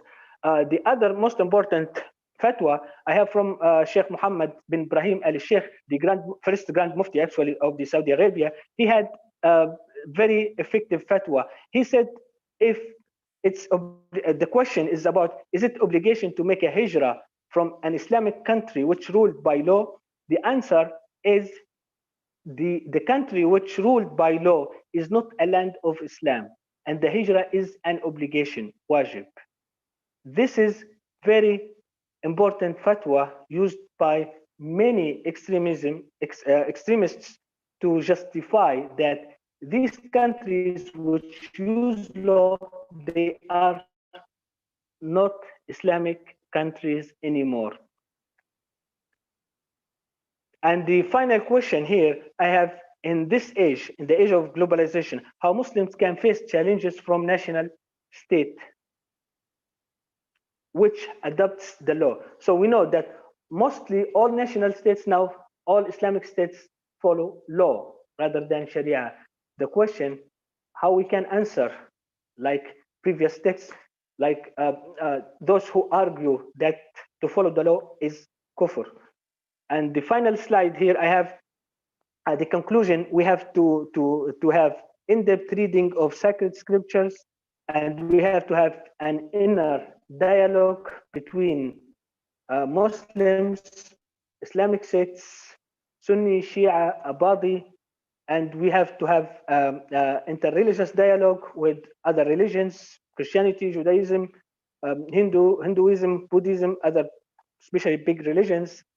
We have to focus on hermeneutics, tafsir, and fiqh, and we have to have rereading of hadith or hadith criticism, and we have contextual understanding of fatwa to understand the fatwa according to the time and place which it were issued, and finally education, the necessary religious knowledge for everybody.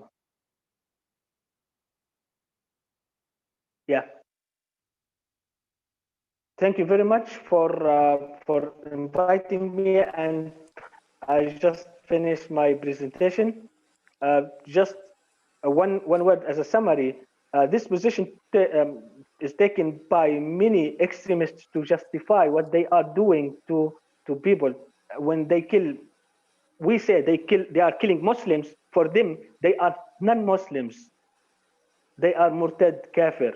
So it's for them it's accepted to kill them, but for us we say they are killing Muslims, and their justification mostly the Sharia, tahkim Sharia and the law. This is the essence of the problem now.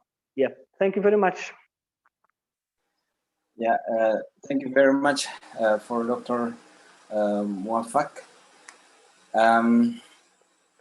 Actually, Dr. Muafak can tell the story in Bahasa, but please let me to repeat it some point that you made for the audience in Bahasa Indonesia. Jadi Dr. Muafak tadi menjelaskan intinya problem penerapan syariah di era global sekarang. Jadi beliau membuat pembedaan antara syariah dan hukum. Menurut beliau, Islam itu syariah yang sifatnya tidak bisa berubah, kemudian berlaku secara universal kepada setiap Muslim. Kemudian penerapannya bisa dilakukan oleh pemerintah, ulama maupun orang umum, setiap orang pada umumnya. Sementara hukum sifatnya fleksibel, bisa berubah sesuai dengan kondisi, dan penerapannya hanya oleh pemerintah. Kemudian beliau membuat pembedaan antara sistem pemerintahan khilafah dengan sistem pemerintahan nasional. Jadi kalau khilafah dipimpin oleh seorang khalifah, kemudian kalau sistem pemerintahan nasional seperti Indonesia oleh presiden atau oleh seorang raja.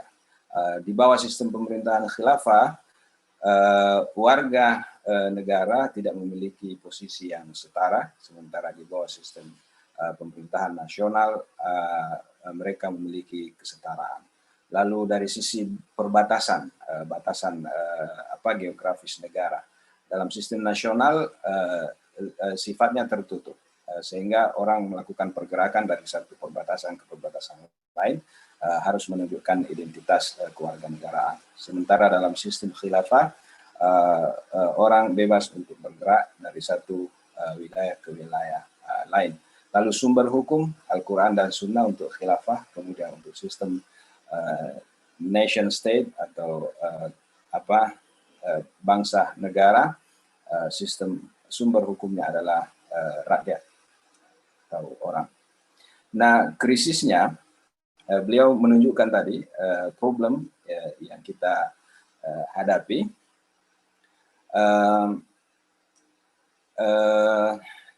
Menurut beliau, syariah itu pasnya kalau dia diberlakukan pada sebuah sistem khilafah, tapi akan mengalami banyak problem kalau diimplementasikan dalam sistem politik negara bangsa. Beliau mencontohkan misalnya NU Muhammadiyah. Gerakan NU Muhammadiyah itu berbeda dari gerakan transnasional lainnya. Jadi gerakan NU Muhammadiyah sebatas pada aspek sosial keagamaan, sementara gerakan seperti Hizbut Tahrir, Ikhwanul Muslimin, Wahabiyah, Salafi, kemudian ISIS dengan Al-Qaeda, itu adalah gerakan yang sifatnya politik dan transnasional. Nah, sekarang problemnya, misalnya dalam sebuah sistem negara bangsa, apabila syariah ditemukan bertentangan dengan hukum yang berlaku, apakah kita sebagai Muslim bisa menerimanya? Kalau kita mengatakan bisa menerimanya, maka itu akan bertentangan dengan berbagai fatwa yang pernah disampaikan oleh ulama-ulama terdahulu. Misalnya Ibnu Taimiyah yang mengatakan bahwa saat kita memberlakukan hukum Taurat itu tidak bisa berdasarkan kitab Taurat, itu tidak bisa. Atau berdasarkan fatwa dari salah seorang tokoh dari Saudi Arabia yang mengatakan kalau orang hidup, kita sebagai Muslim saat hidup di bawah sebuah sistem yang memberlakukan hukum bukan syariah, maka wajib hukumnya kita hijrah, meninggalkan negara itu. Nah, pertanyaannya sekarang, bagaimana kita keluar dari dilema ini? Menurut beliau, kita harus melakukan dialog jadi internal. Kita harus melakukan dialog antara sesama Muslim tentang persoalan ini, lalu dilanjutkan dengan dialog antar agama. Nah, kita harus melakukan kritik hadis. Kita harus melakukan penafsiran berdasarkan prinsip-prinsip hermeneutika. Dan kita harus memperlakukan pemahaman yang kontekstual terhadap fatwa-fatwa yang ada. Dan yang terpenting, kita harus meningkatkan pemahaman dan pengetahuan yang dalam tentang agama, khususnya dasar agama. Itu inti dari yang disampaikan oleh Dr. Muwaffaq Mas'ud. And now we come to the questions session, key and answers session. There are some questions already in our chat, and maybe for the first session we will take 3 questions, and then the first one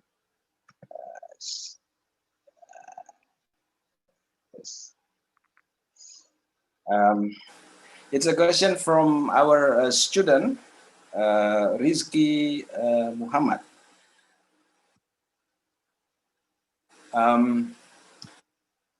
I want to ask, as a Muslim, how to bring this world a peace, how to make this world peaceful.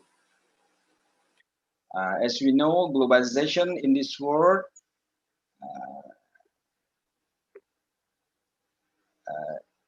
doesn't make us living in harmony. There are so many problems. For example, Uyghur. And then the question, how we can fix this as a young Muslims, what we can do. And then the next question, and you know that peace and harmony is a basic value in our country. So what do you think about the people who has a radical mind in Indonesia? It applies both for the speaker. And then the last one for this first session, what is it? I have a question. I'm interested about the term Ahlul Kitab and Kafir. Why do this term become changed right now? I mean, why do almost the Muslims call the other religions as Kafir? If it is, and it's becomes a problem. For the first chance, I would like to invite Dr. Imtiaz to respond the first three questions, and later Dr. Muafak. Please, Dr. Imtiaz. Assalamu alaikum. Thank you very much for the questions which you have asked. The question is about how the young people can work for peace. Well, peace is a challenge. And first we have to build peace within ourselves and also with our family and with our community and at the world. So peace is a hard work at a personal level. And if you are at peace, then the world is at peace. And for young people, this is challenging because we live in in the age of depending on technology, on gadgets like this. You know, this gadget is very disruptive. It disrupts our life all the time. In fact, even when you are sleeping, you dream about WhatsApp and you dream about Facebook and all that. So we have to balance of our daily life, and at the level of uh, so working for peace, we have to engage in peace activities and knowledge about peace. And the understanding of peace in Islam is known as salam, and we have to understand this understanding in different religions in different ways. So when talking about in non-violent way, and there are many peacemakers in the history of the world. They're Muslim, they're non-Muslim, like Martin Luther King, Mahatma Gandhi, Gus Dur, and several other people who have worked for peace. So we see their work as an example, as a model to be followed up in our activity. And about the situation of Uyghur in China, the Uyghur people are basically not Chinese. In China, there are two main communities. There are the Han and the Hui. The Han are non-Muslims and the Hui are Muslims. These are Chinese Muslims. The Uyghur people are basically they are Turkic, and they do not belong to the China, just like the Tibetans do not belong to China. So China conquered the land of Uyghur, or what is known as Eastern Turkmenistan, and took it, acquired it, just like other countries where acquired other parts of their neighboring region. So the Uyghur people are not Chinese. They don't want to live with China. They don't want to. They want to be independent because they are Turkic by civilization. They are Turkic by culture. They are Turkic by the Muslim, of course, and by language. So the situation of Uyghur is an unfortunate situation, but nobody can criticize because China is so powerful. You cannot criticize China today because of its even Muslim countries. The Muslim countries are so weak, economically speaking. They don't have economic power that they cannot criticize China for its persecution of the Uyghur people. So what we can do the best is make a protest in a non-violent way, make awareness campaign, make petitions, and make people aware about the situation of the Uyghur persecution and brainwashing of the Uyghur people. To the second question, what are the causes leading to the radical way? Uh, First, we have to, we don't only have to follow, let's say that people are becoming radical, but we have to find out what are the sociological, what are the economical, what are the psychological pressures, political pressures which lead people to go to the radical way.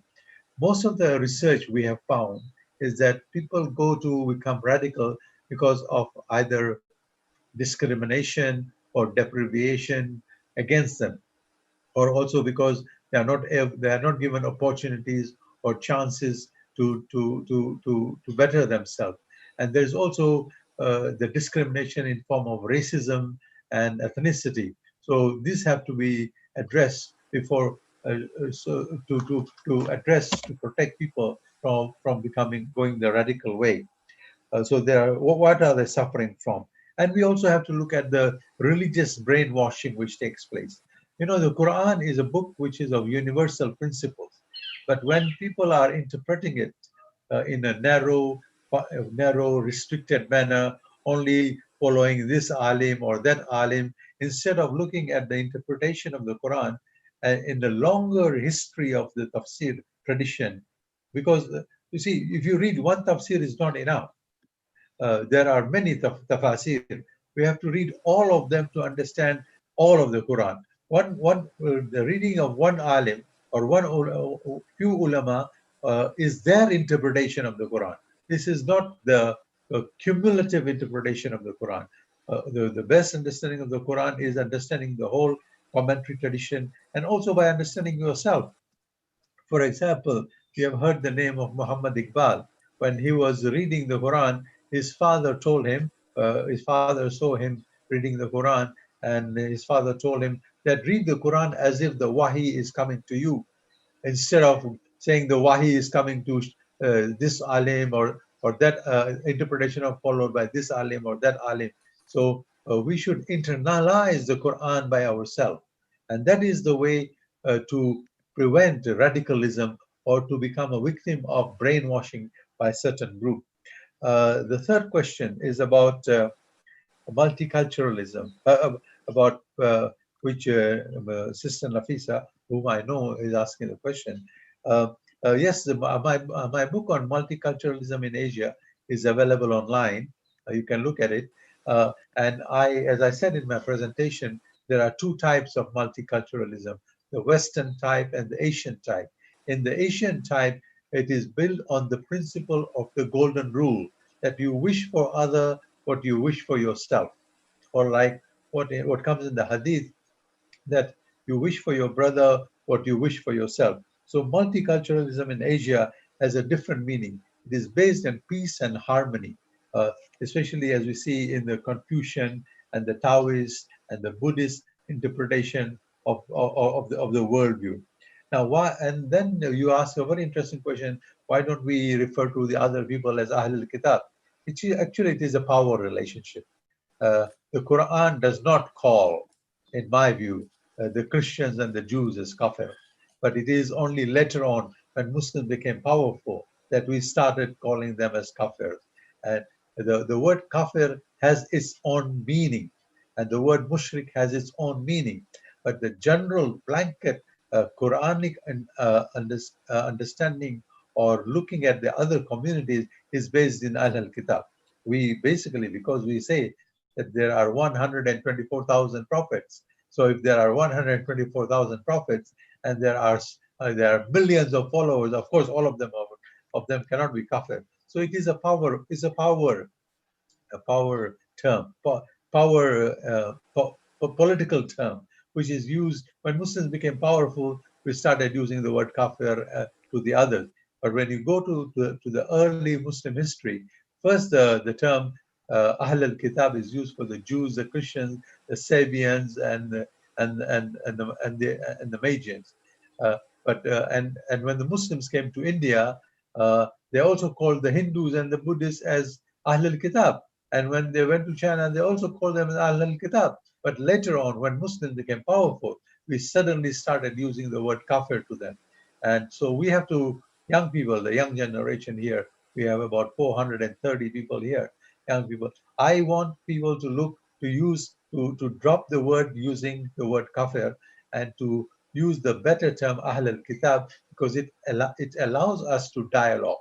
For example, I was in Jakarta for one day at a conference, and at a Muslim Buddhist conference, and a young professor of Buddhism came to me, and she asked me a question. She said, "Sir, am I a kafir?" I said, "Who told you that you are a kafir?" She says, "Everybody says to me I'm a kafir." So I asked her, "Are you Fir'aun?" He said, "No, no, no, no, no, I'm not Fir'aun." So the example of kufr is seen in the example of Fir'aun, who as says in the Quran, that he rebelled, he rejected. If you apply that understanding of the Quran towards of kafir, you cannot say other people are kafir. In fact, there is a hadith that if you say the other person is a kafir, actually you yourself are a kafir. My mother used to tell me when I was very young not to call anybody as a kafir. So we start with that position of respect, respecting as Ahl al-Kitab, of people who have received revelation before us. And we they don't have to become Muslim. Let them be in their religion. Lakum dinukum waliyadin. We be in our religion and we have peaceful relations. So these are my three first responses. Thank you. Thank you very much, Dr. Imtiaz. And before I make a short note in Bahasa, I would like to invite Dr. Muhammad. Maybe you have some takes on that questions. Yeah, thank you very much. Thank you very much, Dr. Imtiaz, for your answers. Here, I want just to add something about how we can deal, how we can have peace in ourselves and our communities. I can add, we can add peace by education. When we study, we learn, we know the other, we talk with the others, we can have peace in ourselves. For example, when I talk about the Arab countries, the majority of the Arab countries are Muslims. Some like Egypt, Syria, you have Christian minorities. When we talk with the others, we can see what's behind their ideology. For example, when I studied in Indonesia, in the Indonesian Consortium of Religious Studies, I studied with Christians, I studied with Hindu, I met with many minor religions, indigenous people. So my experience with them, it added peace to myself and my family, my community, my understanding. When we just think about selves as Muslims, we just talk to each other without talking and seeing the non-Muslims, we cannot reach peace. And just this is my note for these questions.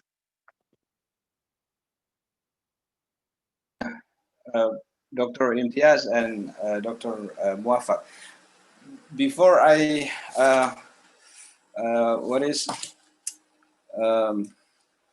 make some notes in Bahasa Indonesia, we really appreciate what you presented to us, because our institution has a vision of multiculturalism, and such information that you deliver really meaningful, and we really need it, especially for our students and including our lecturer. So, jadi saya baru saja menyampaikan ke Dr. Imtiaz dengan Dr. Muafak bahwa institusi kita memiliki visi multikultural, sehingga apa yang beliau sampaikan menjadi sangat bermanfaat dan sangat bermakna bagi kita semua. Terkait dengan 3 pertanyaan tadi, sebelum saya sampaikan summary-nya dalam bahasa Indonesia, saya minta audience yang ingin langsung bertanya melalui voice, sesi berikut kita akan berikan kesempatan, jadi bisa raise hand dari sekarang, dan setelah saya sampaikan notes ini, saya akan persilahkan bertanya. Terkait dengan kedamaian, bagaimana kita membuat kehidupan ini, dunia ini damai, Dr. Imtiaz menyampaikan bahwa kedamaian itu adalah sebuah tantangan, dan untuk mewujudkannya kita harus memulai dari diri kita sendiri, dari keluarga kita, lalu masyarakat sekeliling kita dan dunia. Dan sejarah kita penuh banyak tokoh-tokoh yang telah memainkan peran dalam menciptakan kedamaian yang beliau istilahkan dengan peacemakers, seperti Mahatma Gandhi, atau di Indonesia kita punya Gus Dur. Kemudian persoalan Uyghur, beliau menjelaskan bahwa Uyghur itu bukan orang Cina atau orang Tiongkok. Di Cina ada dua kategori, ada Han, ada Hui. Han itu non Muslim, atau saya bisa menggunakan istilah ahlul kitab. Kemudian yang Hui adalah Muslim. Sementara orang Uyghur adalah keturunan Turki, dan mereka adalah bangsa yang dicaplok oleh Tiongkok. Begitu kurang lebih pandangan beliau.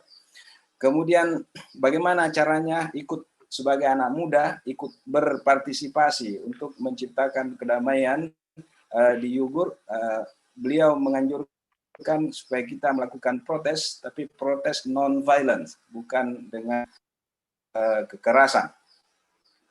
Kemudian bagaimana cara menghindarkan pemikiran yang radikal? Beliau mengatakan radikalisme itu tidak berdiri sendiri, ada karena alasan ekonomi, ada karena alasan sosiologis, ada karena alasan politik, dan menurut penelitian, kata beliau, orang yang memiliki pemikiran radikal biasanya mereka yang mengalami diskriminasi. Kemudian bagaimana caranya untuk tidak berpikiran radikal? Kita harus banyak membaca berbagai sumber, dan kalau itu tafsir, kita harus membaca semua sumber-sumber, sehingga pandangan kita tidak hanya bersumber dari satu orang. Ini mungkin himbauan yang sangat penting, menjawab ada kecenderungan kadang orang tidak mau membaca buku tertentu, lalu hanya membaca buku tertentu saja. Nah, untuk memiliki pandangan tidak radikal, kita harus berani membaca berbagai sumber. Kemudian beliau mengatakan kita harus mengerti diri kita. Nah, jadi kita harus mengerti diri kita. Lalu beliau mencontohkan seorang alim ulama, Muhammad Iqbal, yang beliau pernah menerima pesan dari ayahnya, saat kamu membaca Al-Quran, anggaplah bahwa yang menerima wahyu itu adalah kamu, sehingga kamu bisa memahami dirimu dan Al-Quran dengan baik. Lalu persoalan multikulturalisme, intinya kalau kita ingin menerapkan multikulturalisme, kita selalu menginginkan yang terbaik untuk saudara kita, apa yang kita inginkan terbaik untuk diri kita. Tentang pertanyaan ahlul kitab dan kafir, beliau mengatakan saat awal Islam, Al-Quran atau masyarakat Islam banyak menggunakan istilah ahlul kitab, dan saat Islam menjadi lebih kuat, mulai digunakan istilah kafir.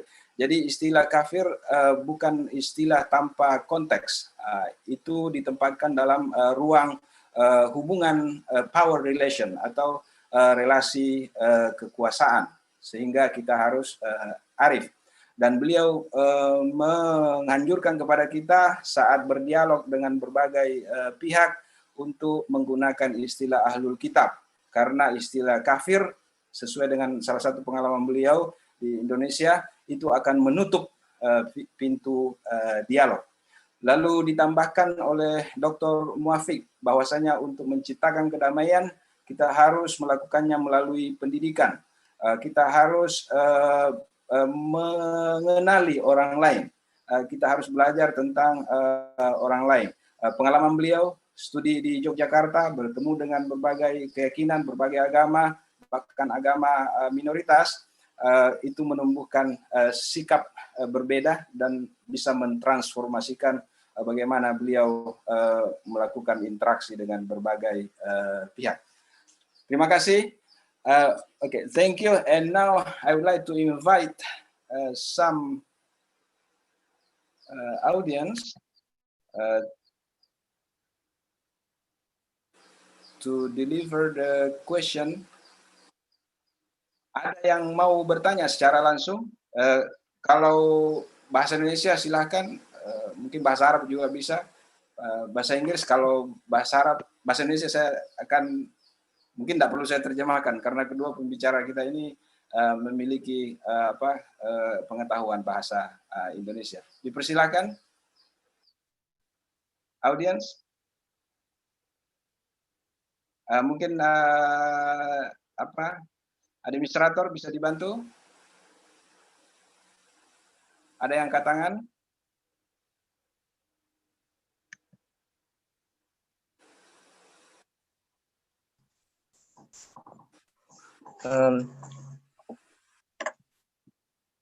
Ya, silakan perkenalkan diri lalu pertanyaan.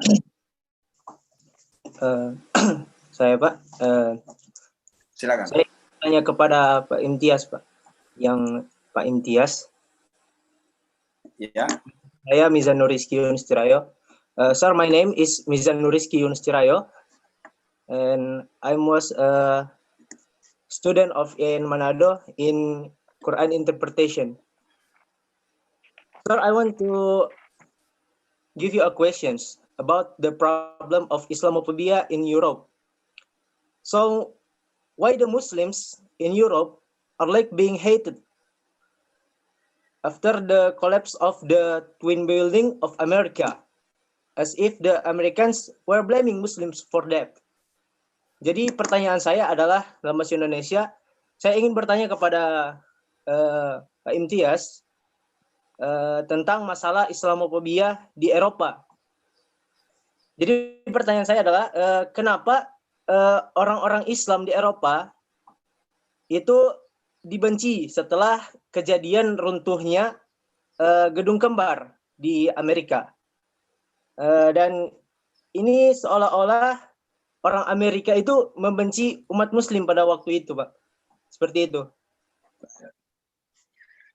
Oke, thank you, Mizanur Rizky. Saya dari mahasiswa IAT, Pak. Ilmu Al-Quran Tafsir, semester 3.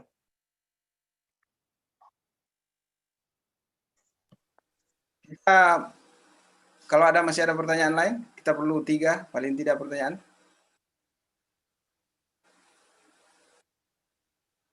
Masih ada?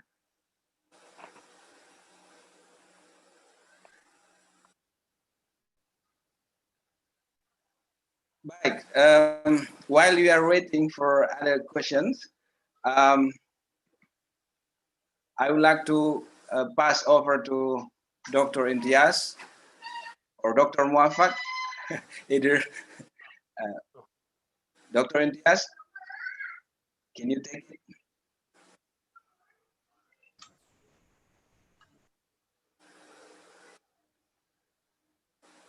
Sorry, the microphone. Can you? Yeah. Okay. Thank you. Yeah, Assalamualaikum. Yeah. Thank you. Thank you very much for that question. Actually, the question about why they hate Muslims is not new. This is a question which has been there since the colonial times, since the time of colonialization by the Dutch, by the British, by the French, by the Spaniards and the Portuguese, wherever they went, because the Western people, you look at others from the perspective of race. Race means the skin, the color of the skin. That's why they are racist, and they look down upon other races if you're not of the same color like them. So that's why France, for example, France has 7 million Muslims now. The largest Muslim population in Europe is in France, but there's discrimination against them because the French people cannot accept people of other colors who are coming from like Dr. Muafaq from Libya and from Tunisia and other countries. So it is basically racism. Now you compare that with Asia. The Chinese came to Indonesia, and the Indians came to some other parts of the world, and the Arabs, the Indonesians went to Arabia. We never practiced racism, as Professor Muafaq was saying already, that we accepted, we included the others among us without discriminating them on the basis of racism.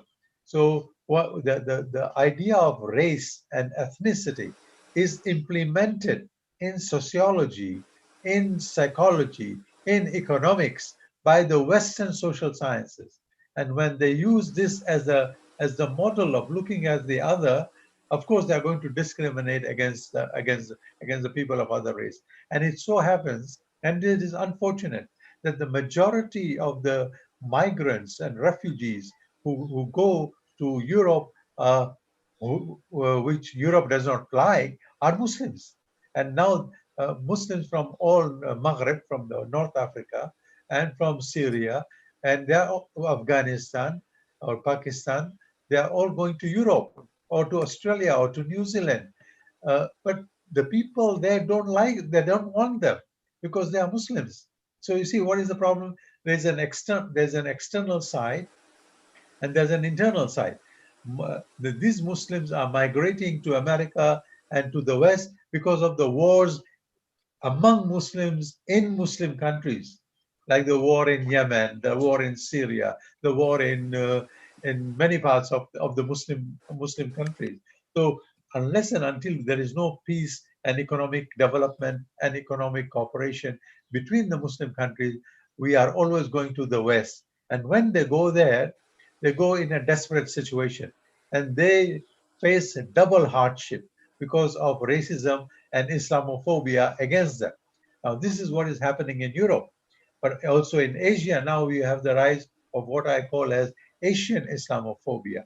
And now this Asian Islamophobia is how the people from Japan, from China, and Myanmar are looking at the Muslims, because we Muslims are not engaging with them in the cultural, civilizational dialogue with them. We are engaging only with the Jews and Christians. So we have to be very careful that we also have to stop Asian Islamophobia. So this is my answer, that the racism is the main reason. And Muslims are not racist. In Islam, you have people of all colors. You know the story of Malcolm X. He thought Islam is only for the black people. But when he went to Mecca, in his autobiography, he saw that Islam includes people of all races. So it has got to do with the Western European idea of race-based nationalism. Thank you. Thank you, Dr. Imtiaz. Dr. Muafaq, can you say something?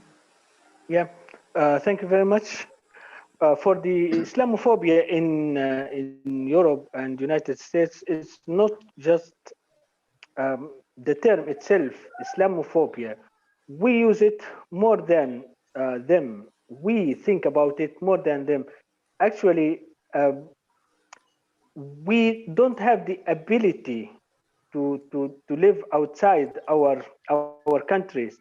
For example, I give you an example from Libya, Syria. When the question Dr. Imtiaz asked, they go to Europe. Why they go to Europe?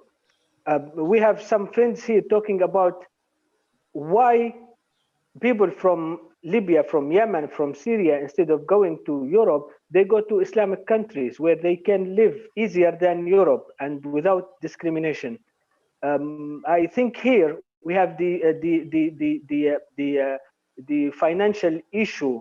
When they go to Europe, they can get help more than the other countries. So for them, it's not about religion. It's about economy, about how to live, rather than how to worship God, or about their own culture. Although Europe threatening their own culture, but they still want to go there. For Europeans, when they see the Islamophobia, I don't think it's important even for them. It's when we see the majority they don't care. We have just minority who had the voice, who can talk in media. So they talk about Islamophobia, Islamophobia, Islamophobia, until we reach the state. We thought all Europeans, they talk about Islamophobia. Actually, not all of them, even not the majority of them, still minority who talk or take position against Islam. Otherwise, they don't care. They think about economy. For example, French, when they think about migration from Syria to Europe, they think about the economy. How those migrants will influence their economy. They don't have jobs, and then you have thousands of people coming from outside, cheap labor. So this is their main concern. But the media, especially social media, they show it, the Islamophobia is what's behind this kind of migration. Yeah, thank you. Thank you, Can, Doctor. can I add something more? Okay. Yeah. I want to add one more thing. I met many to Mizan Nuriski. Yes. Nuriski, okay. I met many refugees and migrants from Syria in Thailand. And I asked them, why did you come to Thailand? Thailand is not a Muslim country. Why did you not go to another Muslim country? They said only Thailand embassy could give them the visa. Other Muslim countries, especially in the Middle East, don't want any of the victims of war to come into Saudi Arabia or into Kuwait or into Bahrain or all this. So there is an internal dimension to that. And so that aspect also has to be noted, that our own Muslim countries don't want our Muslim people who are victims of war to come into their own countries. Okay, thank you, Dr. Imtiaz. I would like to summarize the answer. Jadi tadi Dr. Imtiaz, Saudara Nur Rizki sudah menjelaskan bahwasanya rasisme terhadap Islam yang terjadi di Eropa itu sudah berlangsung lama, dan bahkan kajian keilmuan khususnya social sciences itu banyak menjadi bahan bacaan bagi generasi Muslim dan mengandung aspek-aspek yang terkait dengan perspektif yang agak negatif tentang Islam dan Muslim.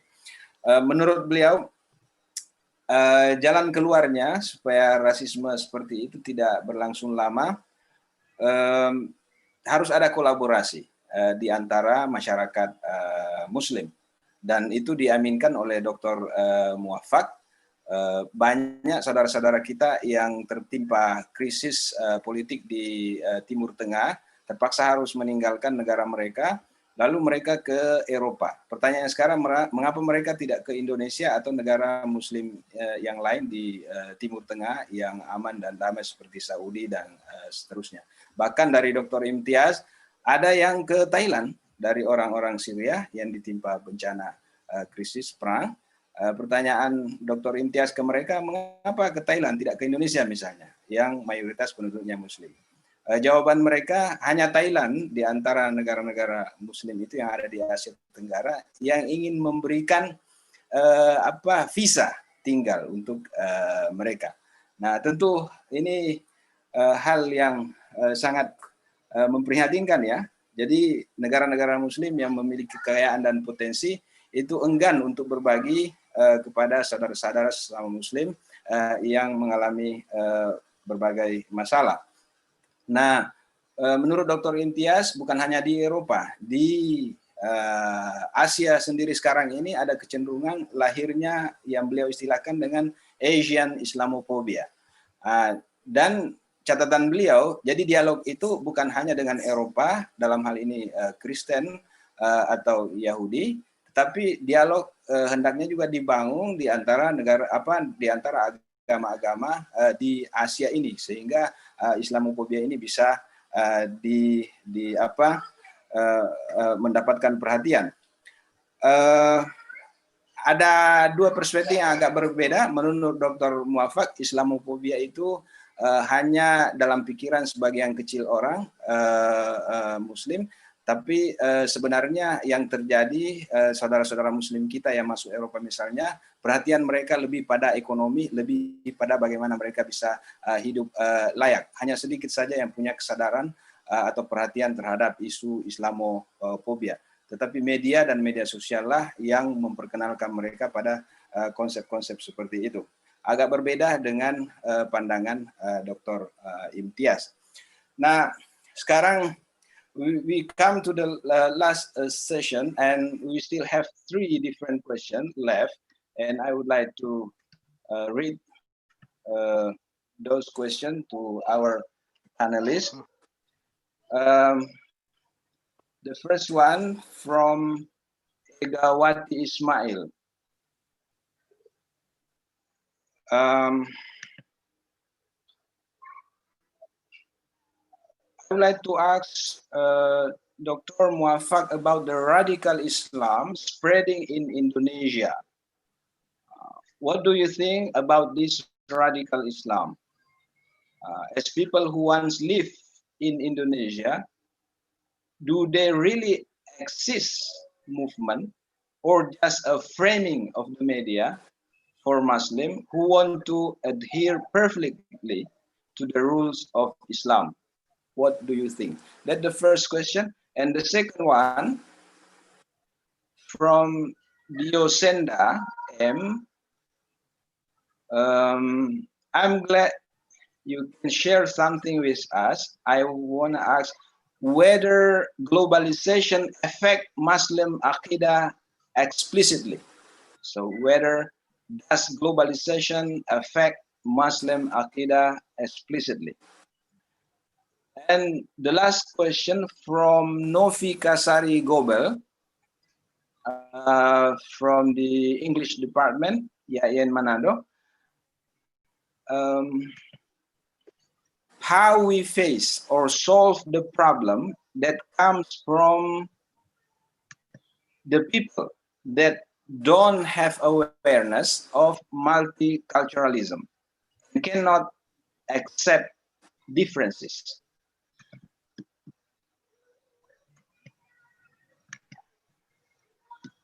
Because the first question is for Dr. Muafak, maybe we can start from Dr. Muafak, please. Yeah, thank you. For the first question about radical Islam spreading in Indonesia, when I mentioned about the 5 international organizations or movements like the Salafi, Wahhabi, Muslim Brotherhood, ISIS, Al-Qaeda, Hizb ut-Tahrir, the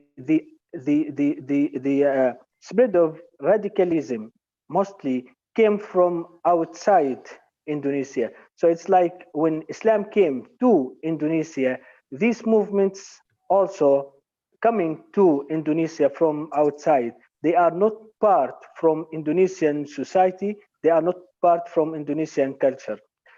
Actually, when I lived there, I can see the problem in the cultural differences, like the Arabic culture with the Indonesian culture.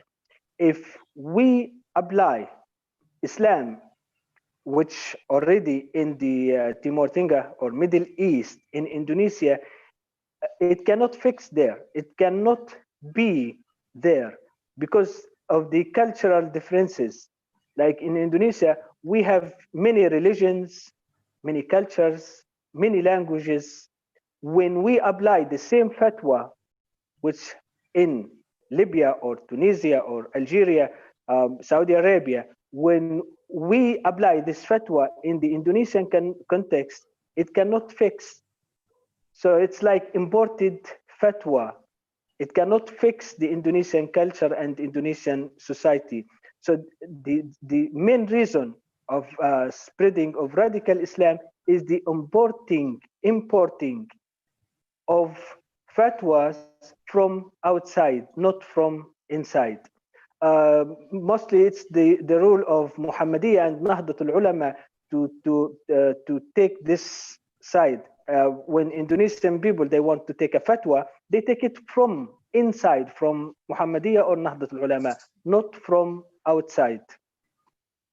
And for the second question, I don't think globalization will affect the Muslim aqidah because it's fixed. It's simply the Islam. It's to ashhadu an la ilaha illallah wa ashhadu anna Muhammadan Rasulullah. This aqidah cannot be changed because of globalization or because of any external factor. And for the third question, how we face or solve the problems from people, again, it's related to the first question. Indonesian society, it's multicultural society. It's not one culture. The differences between Indonesian society and Arab countries, mostly Arab countries, they have one culture, the Arabic culture, similar to Islamic culture. In Indonesia, I call it Indonesian Islam. It's an Islam which fits with Indonesian culture. And I think Dr. Imtiaz can find more views about this, the last question about multiculturalism. Fine, Dr. Muafak. Dr. Imtiaz, over to you. I agree with Dr. Muafak, as he said that about Aqidah cannot change. You know, the times can change, cultures can, economics can change, and history changes, times changes, society change. There's a social change, there's economic change. There's so Aqidah cannot change. Aqidah is always firm. It is always La ilaha illallah Muhammad Rasulullah. But it is the situation in which you are that you have to interpret it, how to understand and apply the Aqidah. The famous hadith about Muad ibn Jabal, who was going to Yemen, and he was asked that he was going there as a Muslim, but he was going in a different environment. So he went with his Aqidah, but in a different environment, and he said that he will use reason, Quran, Sunnah, and reason to apply the Aqidah in that situation. So that answer is already there by Dr. Muafak. Now about radicalism, you know, the problem today with the younger generation, and most of you are young people here, I always tell my students that we have to learn about comparative religion and comparative culture, about other religions and other cultures, because what we do, your generation, is that you are dependent on virtual knowledge. You see internet. I always say internet is not knowledge. I say again, internet is not knowledge. Internet is like KFC delivery, pizza delivery. They just deliver you the information. But where is the knowledge? Knowledge is not in the books also. Knowledge is in the questions in your mind, which you have. You want to know about why there is radicalism, how to avoid, protect from radicalism. Why are there other people? Like somebody, I saw a question asked, well, can we say the Hindus and the Buddhists are Ahl al-Kitab or not? Yes, you go and read the classical works. You go and read, you go to the libraries, you go to the scholars and read the books which are there in hard copies, and there you'll find your answers. So questions which you have to go to the scholars and not to Professor Google. Okay, Professor Google is just like KFC delivery, or is like Gojek. You know, it take you from one place to the other. You can order at Gojek. So we have to go for knowledge, and knowledge is ilm, and that is the first 5 verses of the Quran. Iqra bismi rabbikal ladzi khalaq, and then allama al-insana ma lam ya'lam. At that time, there's no internet there. So we have to search knowledge about other cultures, other civilizations. In fact, Muslims were the first scholars of comparative religion. Asharastani and Rashid al-Hamdani, al-Biruni. Al-Biruni wrote the Kitab al-Hind. You know, we studied other religions, comparative religion, before Europe started studying comparative religion and comparative culture.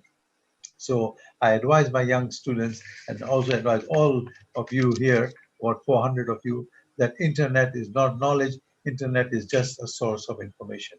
And when you go to read the books, and you'll find how the scholars have answered this question about how Muslims should relate with the Hindus, with the Buddhists, with the Chinese. In fact, there are a lot of books about Islam in China and Chinese tafsir of the Quran.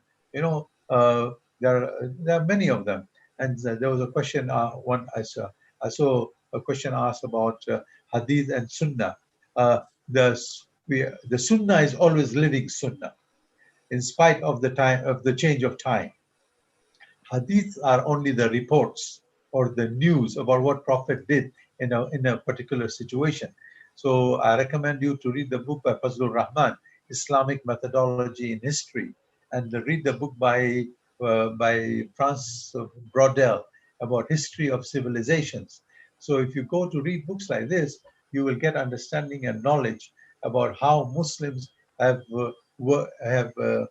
operated on the world stage, in interacting, in cooperating, in dialogue, in understanding other cultures. I don't use the word dialogue. Just Dr. Sulaiman, I need 1 minute on this one. You know, the word dialogue is very new. The word dialogue is used by the Christians, by the Vatican, after the end of mission. You know, with the end of colonialism, missionary activity stopped. So when missionary activity stopped, they started using the new term called dialogue. And we use the word interreligious dialogue without understanding what is the meaning of dialogue. So we have to be very careful when we use this word. We Muslims, we never use the word dialogue. We always interacted with others. We understood, even the word here, hiwar, is very new. It is very modern age term. So we always use the word of positive attitude towards other religions and cultures. As I said, like Ahl al-Kitab, and understanding of the other civilization, of other tamaddun or other thaqafa, and Muslims were leading in this. But unfortunately, because of colonization, we stopped this enterprise. And the young generation, I recommend you not to depend only on the internet, but to go and read the books and encyclopedias written by great scholars. Thank you. Thank you, Dr. Imtiaz. Baik, jadi terkait dengan pertanyaan tadi, beliau berdua sudah menyampaikan.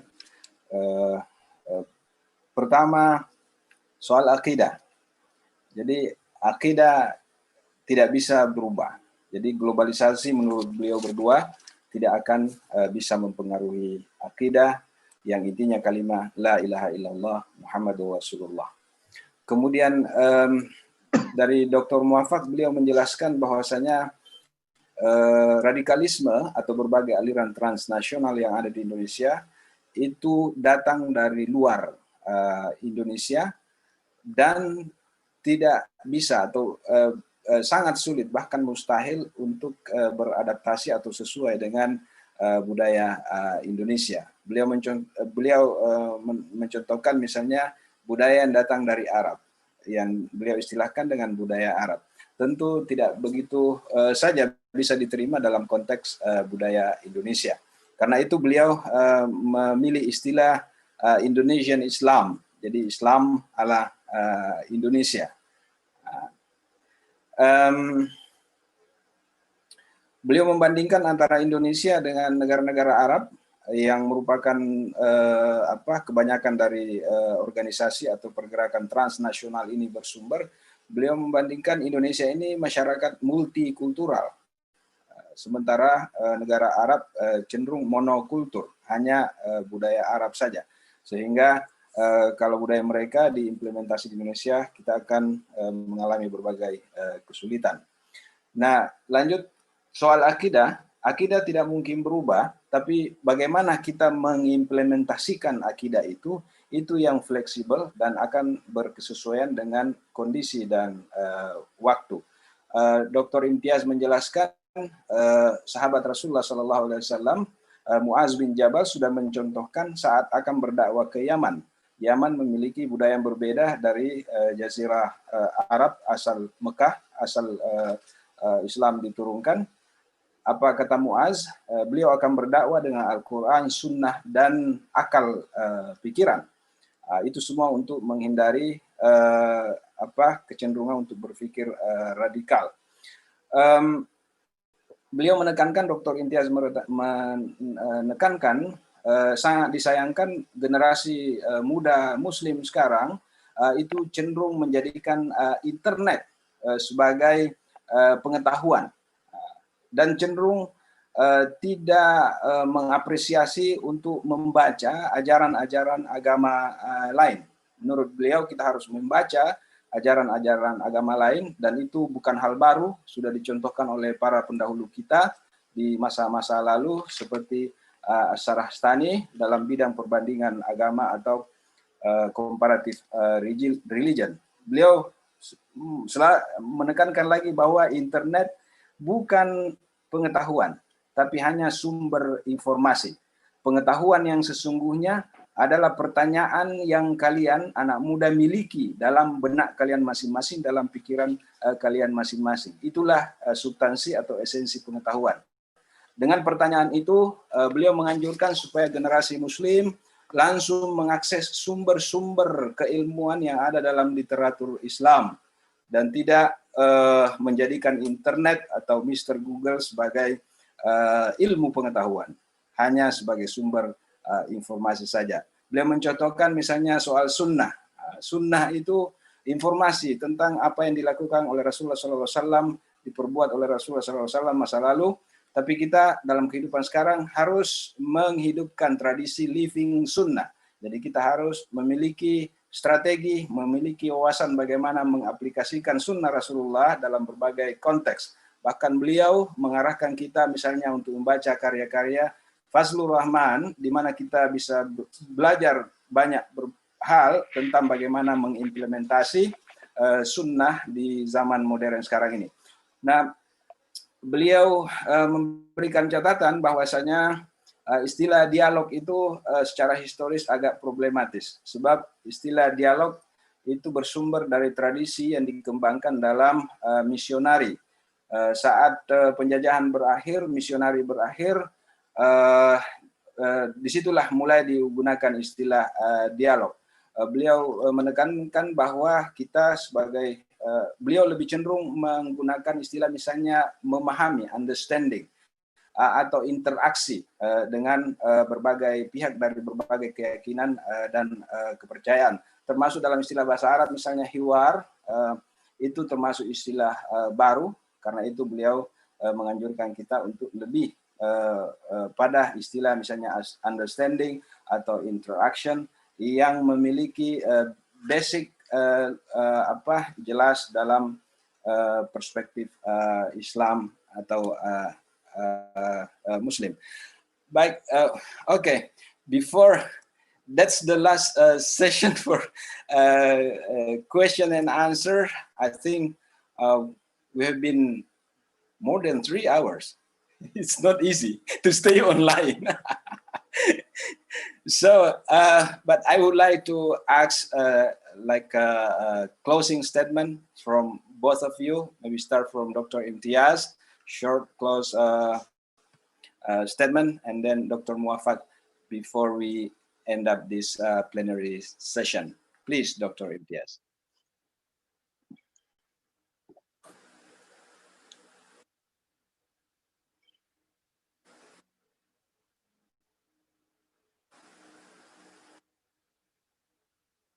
Microphone, please. Yeah. Okay. Okay.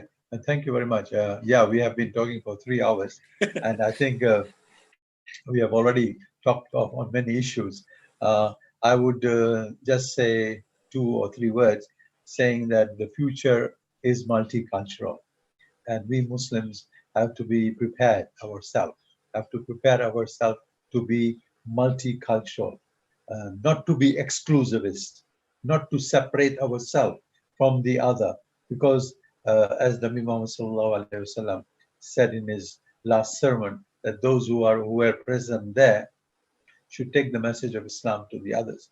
And we have to be multicultural and we have to be knowledgeable about the other. I'm a student of Professor Ismail Al-Faruqi. I'm a student of Professor Syed Hussein Nasr and Professor Mahmoud Ayub. And they always encourage us to engage, to understand the other religions and cultures and languages. So try to acquire as much knowledge as you can to understand and promote understand and practice multiculturalism. There's no harm in having friendship with others,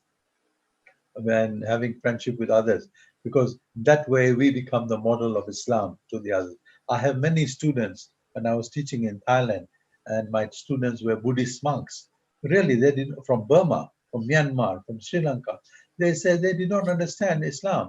They always thought that Muslims are terrorists. But when they studied Islam with me, they said, "Oh, we have a new understanding." So it is our job that we increase our knowledge not only about our own aqidah, our deen, but also about the others, because that is the way to peace. And that is also the non-violent way to peace. And this is a challenge, especially for Indonesia, because Indonesia is the largest Muslim country in the world. And if you become the model, you can lead. You can become the model for others also at the same time. I hope Indonesia does not become radical, because you have a long history and you have a long cultural heritage of Hinduism and Buddhism before you became Muslim. So you should also know your past as well as your present. So multiculturalism is the way forward to sustain in the age of globalization, which is the topic of this morning. Thank you very much. Okay, thank you, Dr. Imtiaz. Dr. Muafak, are you still there?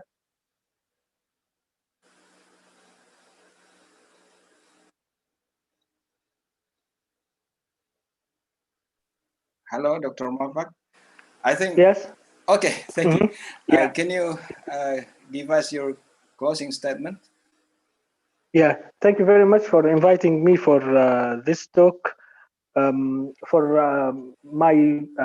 want to close by just summarizing my experience in Indonesia. When I studied in Gajah Mada Universitas Gajah Mada, the program is called Indonesian ICRS, Indonesian Consortium of Religious Studies. The three universities in Yogyakarta, Duta Wacana Christian University, and Islamic on Sunan Kalijaga Islamic University with the University of Gajah Mada. I just give my experience because I'm a student at Gajah Mada University. At the same time, I took some courses in Duta Wacana Christian University, and for the first time, I'm a student at a Christian university studying with Christians 100%. I'm the only Muslim student at the Facultas Theology at that time. So this experience for me added to my understanding of, like, now we use the term hiwar or dialogue. So every class I get new knowledge, new understanding of the others. At the same time, I study about the Indonesian culture and Indonesian society to make this not just in Yogyakarta, everywhere, like in Islamic universities. If you can have professors from other religions to teach students like comparative religion or interreligious studies taught by non-Muslims to Muslim students. This chance, we cannot have it like when you study in Al-Azhar or any Arabic university, you will be taught by Muslim scholars only. But in Indonesia, you can be taught by Christian scholars, Hindu scholars, Buddhists. At the same time, the students, they are mixture from different backgrounds, from different religions. So I think in Indonesia nowadays, like the Arabs learn from Indonesian multiculturalism, how to live in harmony together. So we have many students from Libya, from Sudan, from Yemen, from Egypt, studying in Indonesia, studying mostly even Islamic studies. They study in Indonesia instead of Indonesian going to study in the Arab countries. So in future, I hope for Indonesia will be the place of like the globalization will be the heart of Islam. Yeah, thank you very much. Thank you very much, Dr. Muafak. Before we end, I just want to make some note.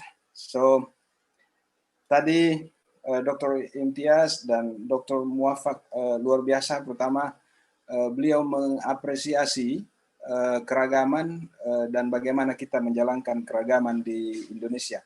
Bahkan Dr. Muafak menyampaikan beliau banyak belajar tentang keragaman dari pengalaman beliau belajar di Indonesia.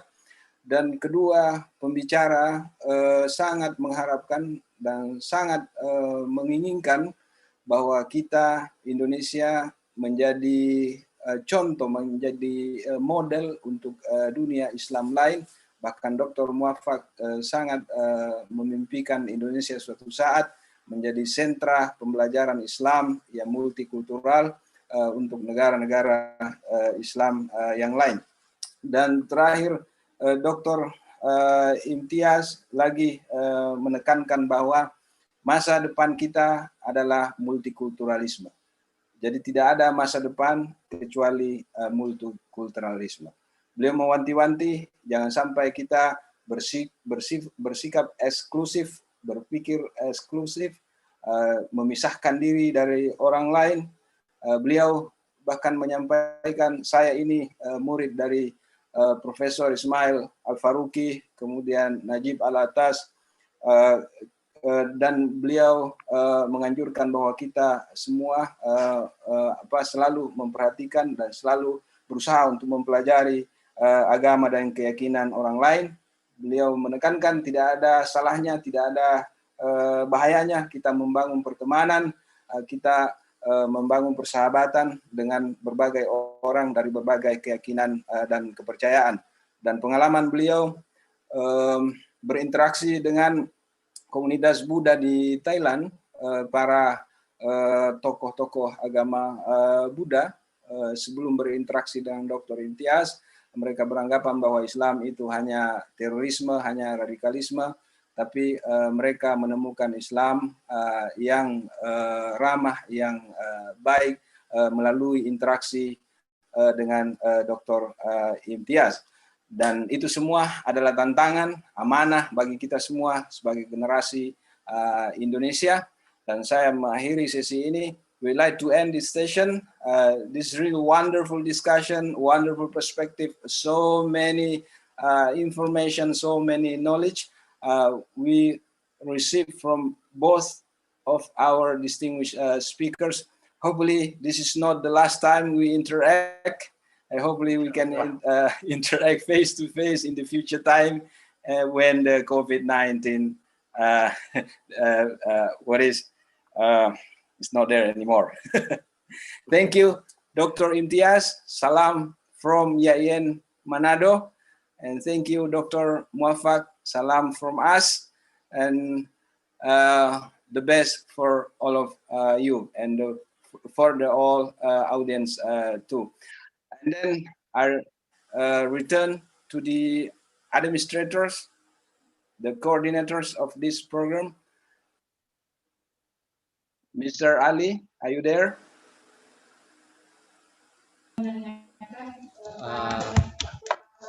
Okay. Okay. Thank you so much. I would like to express my appreciation to the speakers today, Professor Imtiaz Yusuf and my friend Pak Muafak Masud, for your availability and opportunity to share your knowledge with us. I think this is a very good opportunity for our students and also lecturers and also the public who coming and attending this conference. Again, we would like to say thank you for you both, and also for the excellent moderator Pak Sulaiman, who has okay guide us in this discussion, translating in Indonesia and both into English. You are great all. Thank you so much. Thank you so much. And Thank you. again, as Pak Sulaiman says, that hopefully after COVID over, both of you can come and visit IAIN Manado. You know, Manado is one of the best place in Indonesia to go diving, and okay, we have a very many various places for a tourism attraction in Manado. Okay, thank you so much. Assalamualaikum warahmatullahi wabarakatuh. Waalaikumsalam warahmatullah.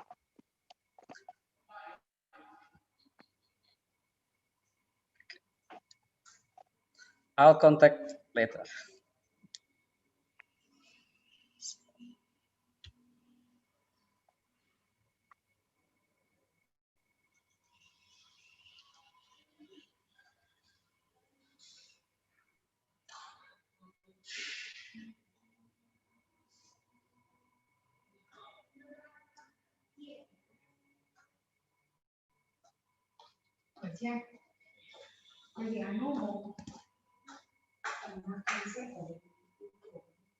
Professor Moffat.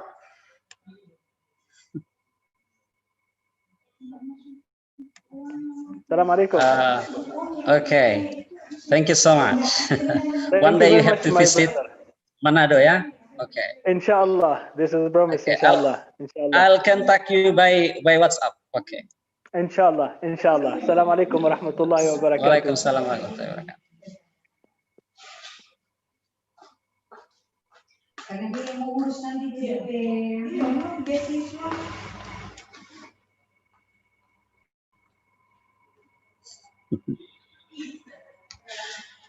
Okay.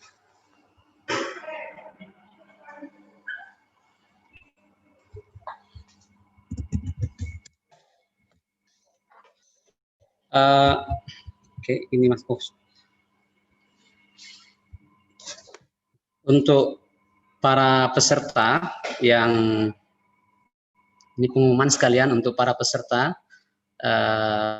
panel paper yang sudah diundang untuk mempresentasikan, nanti tolong untuk memperhatikan jadwal hari ini dan silahkan melihat link yang sudah disediakan oleh panitia di grup partisipan dari ISCIS ini, ada di grup WA. Silahkan diperhatikan linknya, masing-masing sudah ada link, dan silahkan untuk mengikuti nanti sesuai dengan jadwal dan room yang sudah disediakan. Baik, itu dulu pengumuman dari panitia.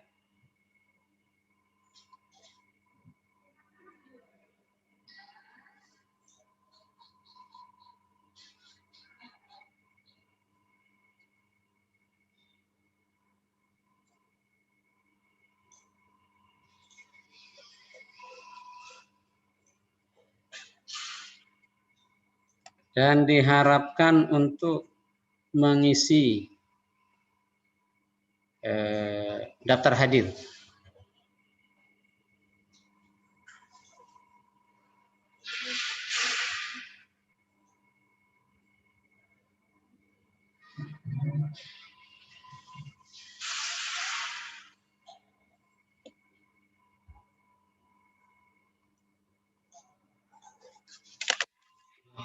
Terima kasih Ibu.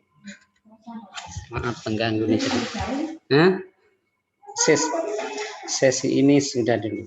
Nanti ada sesi siang.